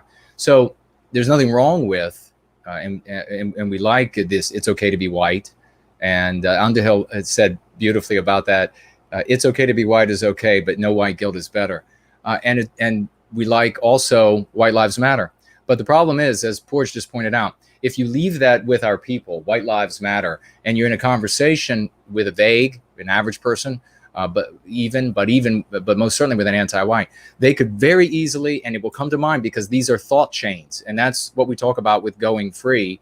That's what the meme curatives are, MCs, that's what MPs are, meme pathogens. These are thought chains, so that once you're in the groove, even the dumbest of people will come up with the thoughts in that groove, in that line of thought, along that chain of thought. And so if certainly an anti-white, but even a vague, would very easily come to the answer right there on the spot. Of course, white lives matter. They matter too much. That's the problem. The problem is that they matter too much. And that's why we say that black lives matter, because white lives matter too much everywhere. And since you're inside their narrative, you can't argue against white lives mattering too much. You then have to say, yeah, but, and you lose the conversation. It's okay to be white. Same exact thing. Of course, it's okay to be white. It's just not okay to be a racist, they would say. And there are many different simple comebacks for things like that. So they just list all the privileges you supposedly have. Right. So it's cheeky, and I like it for that. I would have really liked the banner that got flown over the stadium to be Black Lives Matter more, for reasons I've talked about before. That's also cheeky as all hell. So if you want to do now, we've got the comment here. Ezra chapter 9 says that he's on his cell phone. Maybe it is only showing for those watching on their phones. Well, we're looking there too. But he says here, I've never seen it before, and it has been showing for me the whole show. So that's interesting. Now, Rory says that, I'd like to know what country he's in, if there might have something to do with that. Yeah, what country are you in? Ezra chapter 9. And Rory says here that the event is going to be August 9th is the plan in the UK. I guess that's Indigenous Peoples Day. So we have plenty of time then if you want to participate in the leafleting. And I'm sure that Mark and Laura and all, they would greatly appreciate. I don't know that they have intended for it to be in other countries, but reach out to them and say that you'd like to participate in whatever country you're in. And I guarantee you they will be delighted with that participation. Yes, let's see. Okay, endorsing the phrase "no white guilt." So is Monty and Simon. What did we? I thought we also had another question here.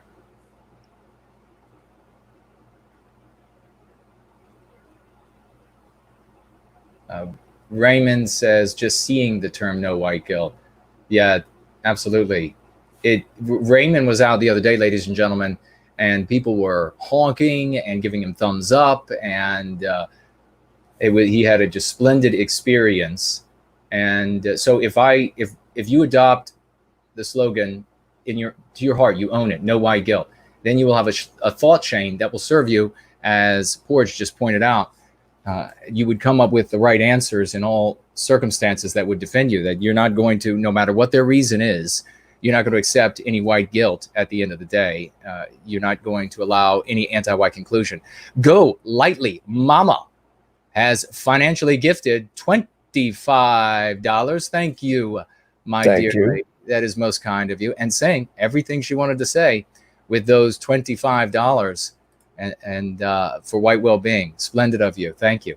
We also have on Entropy, Chuck Ford, financially gifting $45. Chuck Ford, a great participant in the community for White Wellbeing. We salute you and thank you, dear brother, Chuck Ford, $45. And again, saying everything he wanted to say with those dollars. And we have our dear lady, DF, over here, financially gifting $10. Thank you, sweet lady. And writing, going free, with a big smile. Exactly. Thank you so much. Okay, and what do we have over here on the question widget? We have, looks like Jace asks, Jason, how would you answer people screaming at you, white supremacists suck? Now, this is what happened at the event on July 4th in Richmond. That was a giant horrific, embarrassing train wreck for a lot of good people who had adopted Kurt Doolittle as their leader, and it ended up really bad for them. And they had a group of anti-whites who got close to their event, and they began chanting, "White supremacy sucks." And then the response from some in the crowd, the proprietarian crowd, they turned around and they looked at these anti-whites. They kind of just stared at them silently, and then one or two or three of them maybe shouted back reciprocity at the folks chanting "white supremacy sucks," and then a couple of them began to shout back, "We're not white supremacists." So the question that Jace has here is, what kind of response would we have, or would I have? I mean, I guess, are you asking for like a slogan? Well, we could probably just use this one: "No white guilt, no white guilt." We could chant that. There are plenty of chants we could have that we could hurl back at them. And if you watch, we had who was it recently? Oh, I just had his name and I just missed it. He had a conversation online. I shared it on Going Free, where Slots, absolute epic hero, in a conversation with an anti-white in a thread. He shared it. I shared it on Going Free stream, and the anti-white made his anti-white argument, from which you would hear something like "white supremacy sucks." And Slots did exactly as we teach. He wouldn't go anywhere near that. He wouldn't go anywhere near that anti-white narrative. Instead, he refielded the conversation again and again, and then the anti-white succumbed to it and began asking, "Well, what exactly is this? What is?" And so that's victory. That is how you handle anti-whites, whether it is a crowd chanting, or whether it is somebody you're trying to persuade in the family nicely, or whether it is the anti-white you're having an argument with out in the park, whatever it might be. You refield the conversation to our story, wherein we are the heroes and they are the ne'er-do-wells, instead of being the ne'er-do-well, the antagonist in their story. So I don't know if Mr. George or Porridge, if you had any answers to this. What should you say back if you were at the mic, or if you were in the crowd? What might you chant back or yell back at the anti-whites that are chanting "white supremacy sucks"? How about "anti-white go to hell"? How about? But go ahead, brother. Sounds good to me. Just chant back "no white guilt." But I'd say in a lot of circumstances, there is no point in engaging with these people. And so sometimes the best thing is just to stay silent. And especially if these people start pulling out their phones and shouting in your face, you don't need to start a dialogue with these people. They hate us.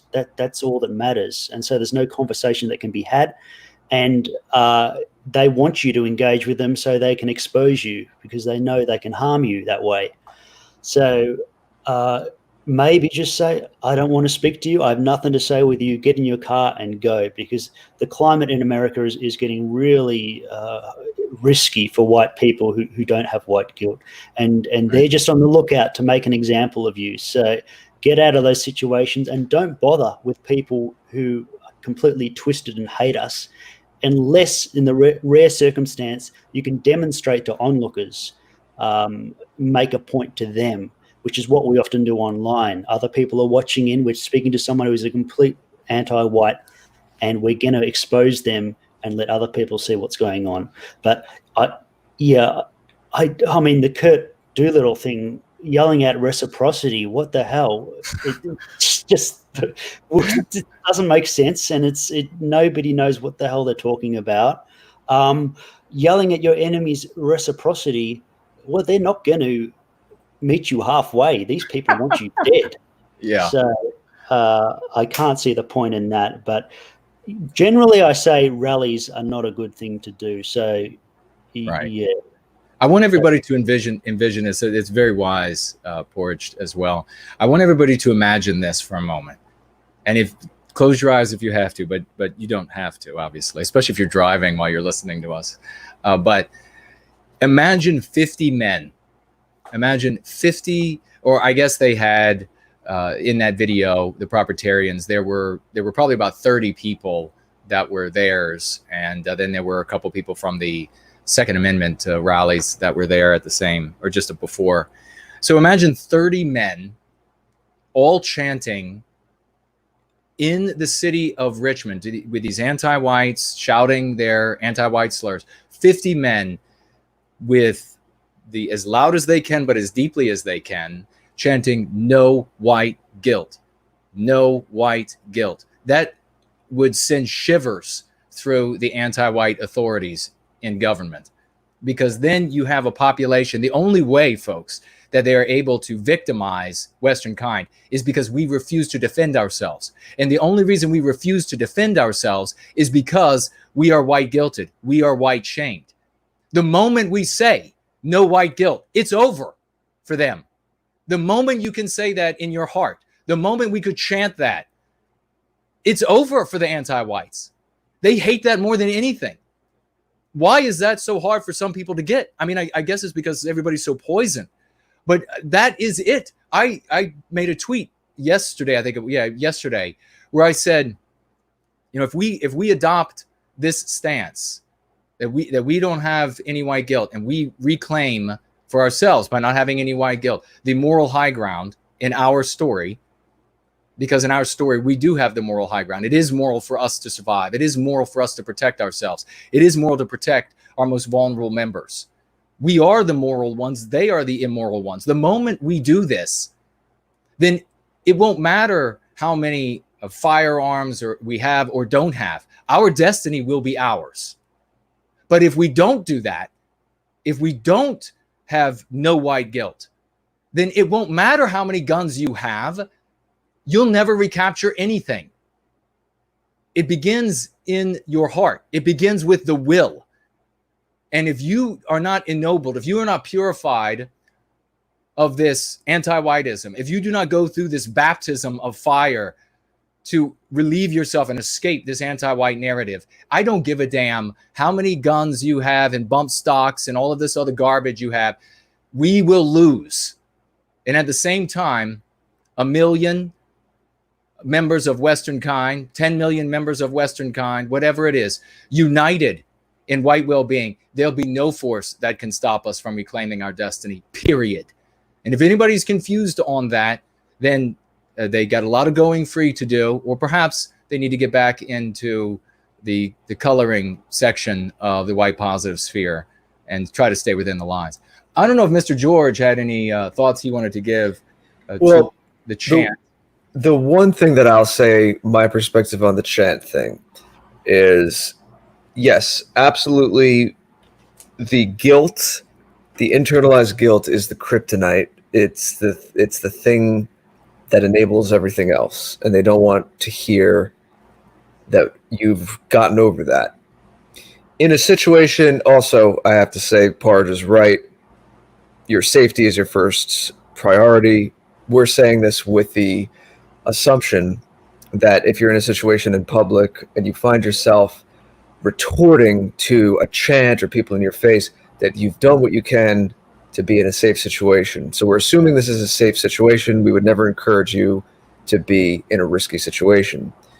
I still say that a lot of what we've been discussing is a pushback using the same force. And in a situation like that, where people are just shouting at each other, you're just going to be shouting at each other, pushing over each other. I kind of like those approaches sometimes that take your enemy's force and use it against them. Let them strike towards you and use their momentum, as certain martial arts do, to pull them into you. And so I think that something with anti-white, something with saying don't be anti-white, because they're not used to hearing that. That's something we obviously, along with the no white guilt, that's the main thing that we talk about here. But the subtle difference between the two is that the anti-white thing is taking the center of gravity away from them, and it's taking the moral high ground away from them. And whether they process that in the moment or not, certainly the onlookers or anyone watching later, if this is recorded on video, which is more and more likely these days, of course, is that they've never heard us not only not playing on their frame, but asking them to come to our moral ground, that it is immoral to be anti-white. Why are you being anti-white? Well, that's sucking them into our vortex. So there's a totally different dynamic there. Right. Very well stated, dear brother. Absolutely. Let's get to some more of these as we wrap up here. We have a bunch of questions and financial gifts came in, and we are very grateful for all of those. Chuck Ford had a question about John Mark's channel. He wasn't deplatformed. He deleted the whole channel himself after the humiliation of the event on the 4th in Richmond, Virginia. We have Yiz over here, our very own dear lady. Thank you.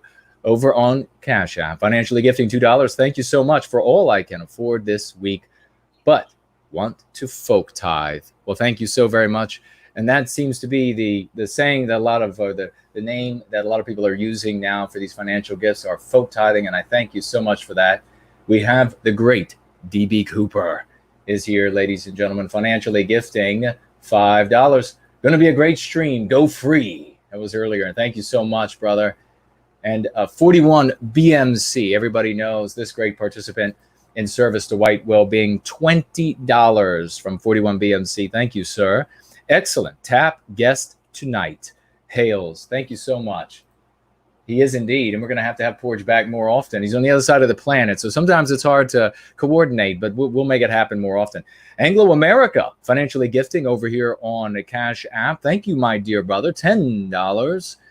This is for Jared George specifically. Buy some dinner, buddy. I don't know why. Maybe George made a comment. Jared George made a comment. Who was that from? Anglo America. It says $10 specifically for you for dinner. Oh.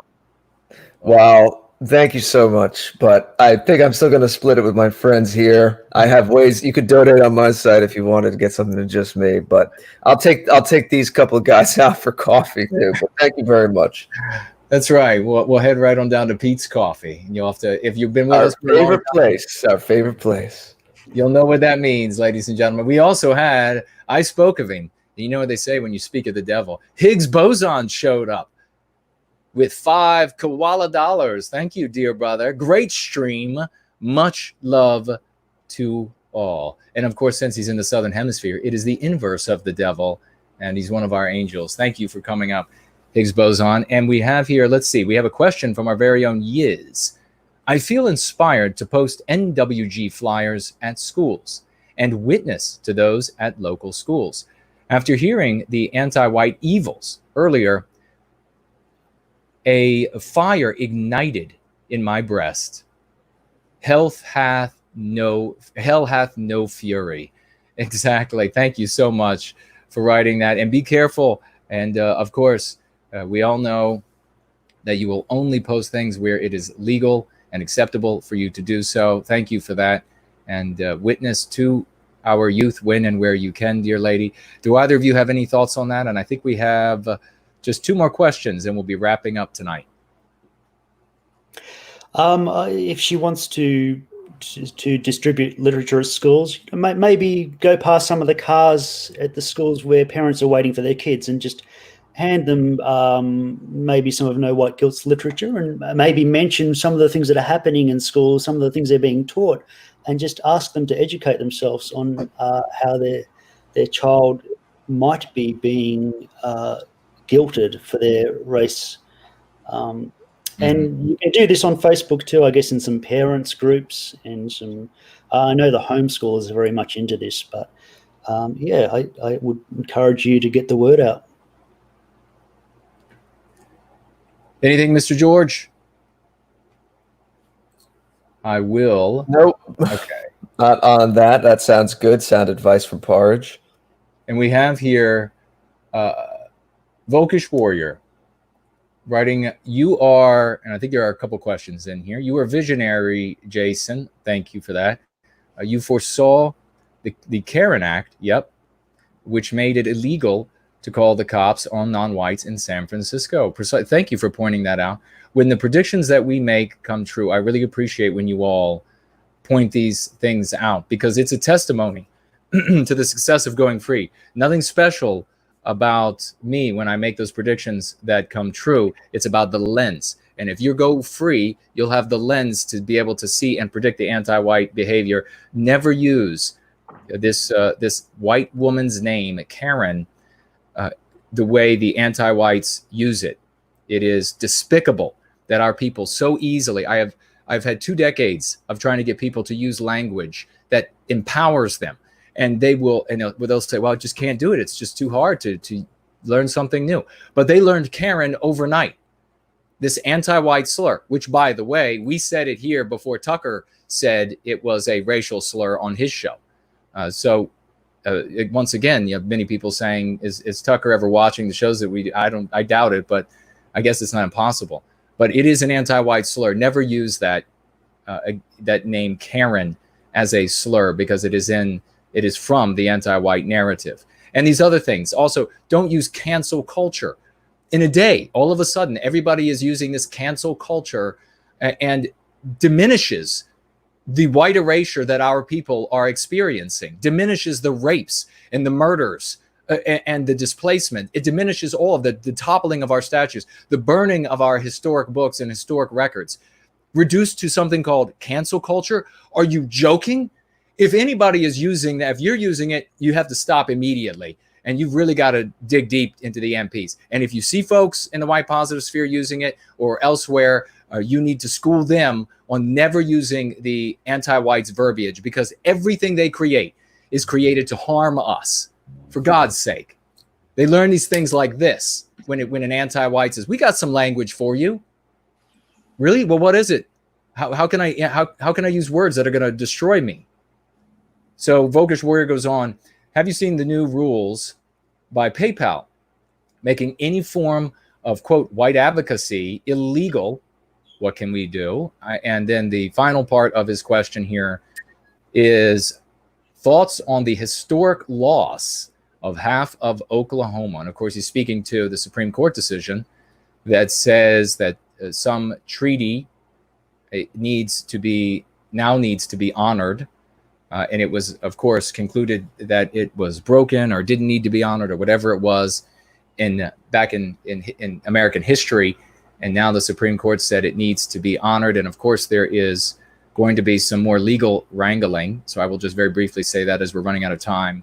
But potentially, if the United States is forced to acknowledge a treaty from at any point in its history that for whatever reason it did not have to acknowledge or honor in the past, then you have, in this case, a great many millions of white people who are going to be divested of their homes, their property, because they are on land that doesn't belong to the people they bought it from.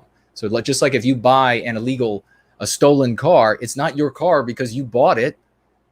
The car was stolen, it goes back to the owner. So you can just imagine the sort of upheaval that this would cause. And by the way, this case went to the Supreme Court, ladies and gentlemen. Most people don't know this. They want to talk about this, talk about what happened in Oklahoma. It's happening in Oklahoma because a anti-white, non-white, and of course, what I'm about to say is not true. You're going to have to look it up for yourself. But what I read, and somebody else is claiming, that the case went to the Supreme Court because a non-white anti-white raped an adult non-white anti-white, raped a 4-year-old child, and was arrested and convicted for this, and then challenged the conviction, saying that the United States courts, it's not lawful to arrest him and not lawful to punish him because he committed this act in this part of Oklahoma that actually belongs to whatever groups of Indians they claim that it belongs to. And that is why this went all the way to the Supreme Court.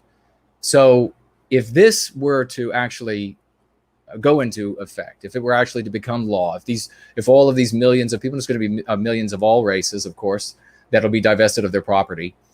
If that happens, then there are going to be plenty of other treaties and the like that anti-whites are going to dig out and they're going to say, oh, this was not fair, and they're going to judge everything by the anti-white standards of today. Everything will have to be reevaluated, and it will be judged by the anti-white standards, the anti-white morality of today, and the sort of upheaval that will unleash will be unfathomable. I don't know if either of you have any comments on what happened with Oklahoma in the Supreme Court decision, or the PayPal saying that all forms of white advocacy will not be permitted on their platform. Porridge, you're our guest. Anything? Okay. Well, they're showing their hand now. Something that's much more offensive to them, it seems to me, than outright discrimination and prejudice against non-white people is to be white positive. That seems to really upset them. And that's why PayPal would make it specific that any form of white advocacy, and by that they mean any way that you want to seek to help white people and stop them being victimized, that will get you thrown off their platform. It's making it crystal clear that they're anti-white. And this is why people like Jared get banned off YouTube without doing anything that's even close to hate speech. It's because they can see that he's promoting the interests of our people, or just talking about us, who we are, and that, and it infuriates them. Mm-hmm. So they don't hate what they call racism so much as they hate us having a positive view of ourselves. Mm-hmm. And the more people who learn about this, the more people will be able to see the reality. Because right now, there's so many conservatives who hear these stories I tell them, and they'll say, well, that's actually discrimination against blacks because they're holding them to a lower standard. Mm-hmm. And they're teaching these black kids that they're victims and that can't be healthy for them. Poor them. And I think, what the hell?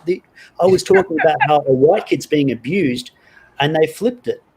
They always manage to come up with the worst possible take. And they'll do this with these statues like you were mentioning. They'll say, the left tore down Winston Churchill. Don't you know he fought the bad guys in World War II? You idiots. Or they tore down Robert the Bruce. That guy never met a black person. How could he be racist? Right.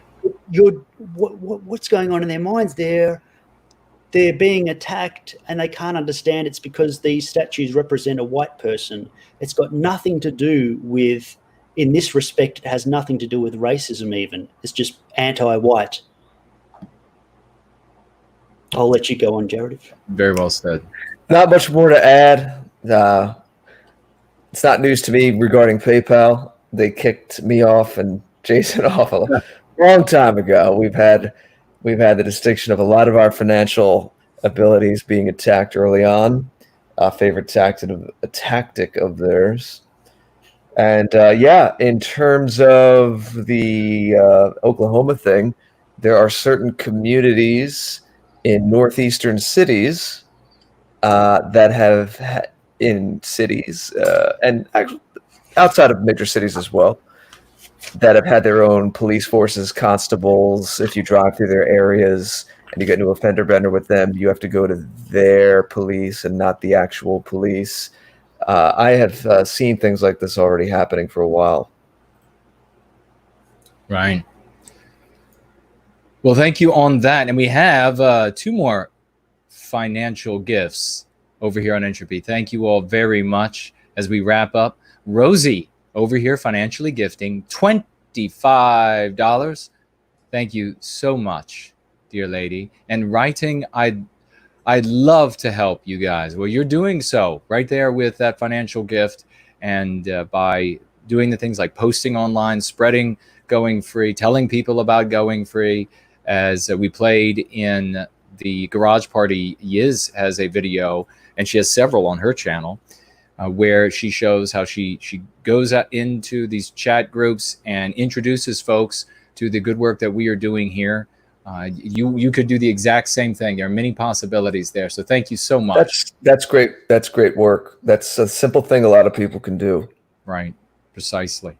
And we have, well, wait, it looks like Rosie's also asking here. I'm going to give her an opportunity before as we're wrapping up.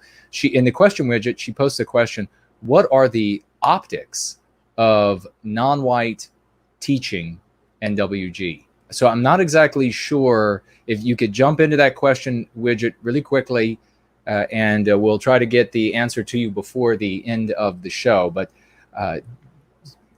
build that out a little bit, flesh it out a little bit, because I'm not exactly sure what you're asking there. And we have here final financial gift, Wayne Scully, a great participant as well, financially gifting $10. Glad I caught you guys live. Yeah, we're actually running way over our normal time now, and it's because we have such a magnificent guest with us from down under. Right, and so he says, glad I caught you guys live. I got here late, but enjoying the show nonetheless. I'm going to spend the rest of my life getting white people to go free.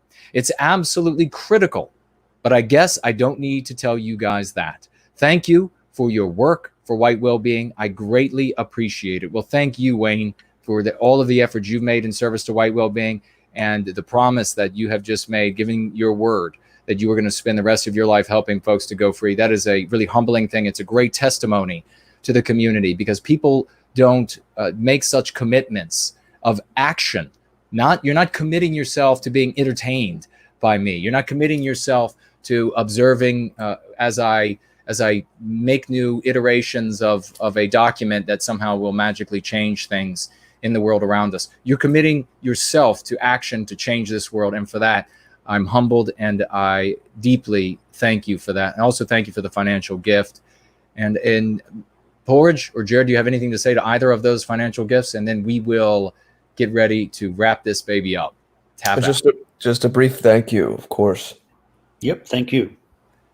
All right. And Rosie says, okay, optics of teaching NWG. Like if I made a YouTube vids about no white guilt, is that okay? I am sort of white. Now, I see what you're saying, that you're not entirely a white person. You don't consider yourself a white person. You consider yourself a non-white person teaching about no white guilt. Please do. Everyone is welcome to serve white well-being. We don't care if you have 0% white heritage, if you have 5% white heritage, if you have 90% white heritage. Everyone is welcome to serve white well-being. And we want people from other communities all around the world. Right now, there are organizations to the tune of tens of thousands that are staffed by white people, donating their time, funded by white people in meetings right now, teleconferences, meeting face-to-face on every single continent, that are concerned entirely with the welfare of non-white people. And in some cases, they are serving non-white communities that need help. But in most cases, by far the majority, they're serving to harm white people under this pretense and these pretexts that anti-whites use to inflict harm on us. So we absolutely would like, there are far too few people who are non-white or half white or whatever they consider themselves. Far too few. We would like to see more. So please do make videos supporting Here. no white guilt, indeed. And Here, we're all about that. We get wonderful comments from people of all backgrounds who recognize what we're doing. You can be of any background to be white positive and work for white well-being. And we, of course, goes without saying, have the best intentions and well wishes for all other peoples as well. But the way that you care for quote unquote humanity, I know this sounds kind of tricky and philosophical, is you still have to care for your patch of the garden. Humanity is not an abstract. right. It's your family. It's your experience. It's the people around you. It's your peoples, the culture you come from. So in an interesting roundabout way, you still, if you're a broad thinking person and you're still thinking about the world and how things are connected, all that kind of thing. I go into this a little more on some essays on my site, but you take care of life by taking care of your patch of the garden, what you have sovereignty over. So there's nothing we're doing that's antithetical to the well-being of other people, but no one's going to do what we're doing for us.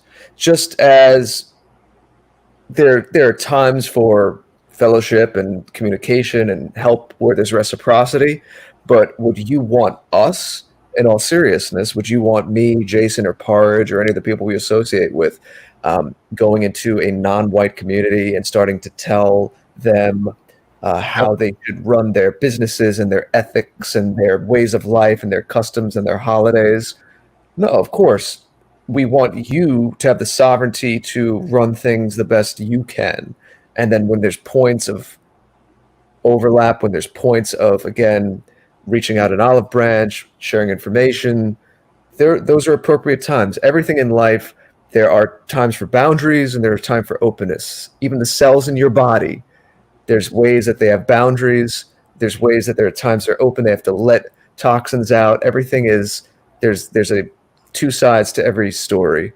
So in a broader sense, we try to take a very holistic, balanced approach. I know I'm giving you kind of the bigger philosophical view, but this is really what animates Jason and I, what brought us together as friends and colleagues, why we see eye to eye, why our work meshes so well. I'm just saying this because this sounds like this person is newer to what we're doing. And some of you out there might already know this, but there's always people with us who are new. So it does bear repeating. Yeah, without question. And I've seen Rosie. I don't know how long it's been, Rosie, for quite a little while on Going Free. Seen your name pop up and said hello to you. So please do make your videos. Let us know when you do, where they are, and we will promote you. Thank you so much for that as well. And I will let everybody know this. There is a possibility that yours truly will run for a political office in the United States. And if and when I do, the platform, whether you all, or one of the platforms that are considered, whether you all like it or not, it'll be under consideration because it's real, is that the enemy of all peoples right now is anti-whiteism. Because if anti-whiteism succeeds, Australia dies, America dies, UK dies.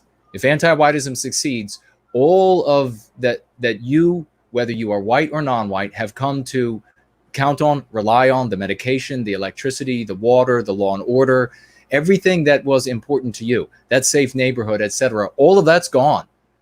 That is the ultimate enemy of all peoples in Western countries today, irrespective of their background, irrespective of immutable characteristics, irrespective of decisions about who you were attracted to or what religion you practice. If anti-whiteism wins, all of the West is gone. And I know that there are going to be plenty of people who are not going to agree with that, but that is something that is clearly obvious for those who are on the ground with eyes to see and ears to hear. But we have had a fantastic show, an absolutely sterling show tonight, and we cannot thank the great, lovely Porridge enough. We are going to have, now remember, his YouTube link will be below. Other links will be on Jared's site, on my site, and on our joint site, where the one we want you going to, the afterparty.tv. Bookmark that page and do not lose it, because we don't know when there will be no more days on YouTube or anywhere else for that matter. And as I get ready to pass it over to Porridge so he can give you his final thoughts and tell you all where you can find him and the great work that he is doing. And I expect you and hope you all will watch that video that he made that we talked about tonight, because there is so much there to unpack, so much there to inspire you to action for white well-being, that to pass it up would be a fool's doing. So you have to watch this. But I will say this final thing, that everything that we've talked about tonight has been false. And you have to look to CNN for the truth of all of these things. We made most of these comments just to entertain you all. And we know that Miss Wojcicki has the answers. If CNN won't answer their phone, she always will. Mr. Porridge, what are you working on? What are you working on next? What's coming up? Where can folks find you? And what are your final thoughts? And I will also say this, as I say that, thank you, dear sir, for your service to white well-being. Thank you very much. And yes, that's quite right, that all of this is wrong. And you'll have to check with the purpled hair walruses at YouTube, because they can set us straight. So, yeah, to bring it back to the whole thing, I want people to understand too that kids aren't stupid. Okay, they're actually very intuitive, and they've got a real strong sense of fairness. They know when they're being treated unfairly. Right. They know when someone's being mean to them and when someone cares about them and is being nice. And in all this, I like to think about that story of the emperor wears no clothes. Everyone in the town was going along with this total lie, but then this little kid just shouts out, "The emperor has no clothes." And the lie just falls apart and everyone starts laughing. And I think that's how this whole system should fall apart. I would like people to realize that these ideas in the schools are just a total load of wank. Do you believe this garbage? I'll tell you what, if they tried this stuff on me, they wouldn't get anywhere because I don't have any white guilt. And that's just what we have to get to these students, is that don't have any white guilt and they've got nothing on you. They'll get nowhere. They'll try to make you feel guilty, but they'll be talking to a brick wall. So thanks, guys, for having me on. I can be found on Ruination Media. That's where you'll find the videos. And who knows what the future will have in hold out for us, because you've done a great job, Jason, of getting to 20,000 subscribers. And that's a huge deal, especially now that everything is suppressed. The only way to get more people in is to directly give them links. And that used to be maybe on Facebook or on a Reddit, but all those things are being banned as well. So it's getting very hard. And most of our guys are just gone. They're out of here. So yeah, thanks to all the commenters, all the viewers who showed up. I appreciate what you and Jared are doing. I think you're on the right path, doing exactly what needs to be done. And now it's only a matter of time before millions of people say they've had enough of politics. They've had enough of conservatism and liberalism and all that. They'll come looking for exactly what it is you guys are doing. So thanks for letting me get my message out there as well. It's always a pleasure to speak to both of you. Thank you, dear brother. Jared. Well, thank you for what you do, of course, and being part of this. It's a pleasure and honor to serve with you all, to see the people in our community here, some new people. I want to briefly say Porridge, I was honored to partner with Porridge. It's actually his idea that he launched and presented to me last year, but we did a great video contest, Last Message to the West. I put that in the chat a few times, but it's lastmessagetothewest.com. That website is still there. The contest wrapped up a long time ago at the end of 2019, and the winners were paid out handsomely, largely because of the amazing generosity of our community. There's a great story about that. There were a lot of bumps in the road, a lot of surprises. They tried to throttle us and censor us. That is all told in an article I wrote. If you go to the articles link on my site, on the top menu, you can see in a few different media sources, there's an article telling the whole wonderful story of the Last Message to the West contest. And if you want to listen to some of the streams about that at the time, you can do that as well. But the main thing is the site is there. It is an archive of, what was it, Porridge? Almost 30 videos. We were going to be happy if we got about 10. We got about 30 submissions. And so many of these are videos you can share with friends and family. The premise was if you had about 5 minutes to share one last video to the world before our message got censored, what would it be? But you knew it would be played everywhere: airports, sports stadiums, large gatherings.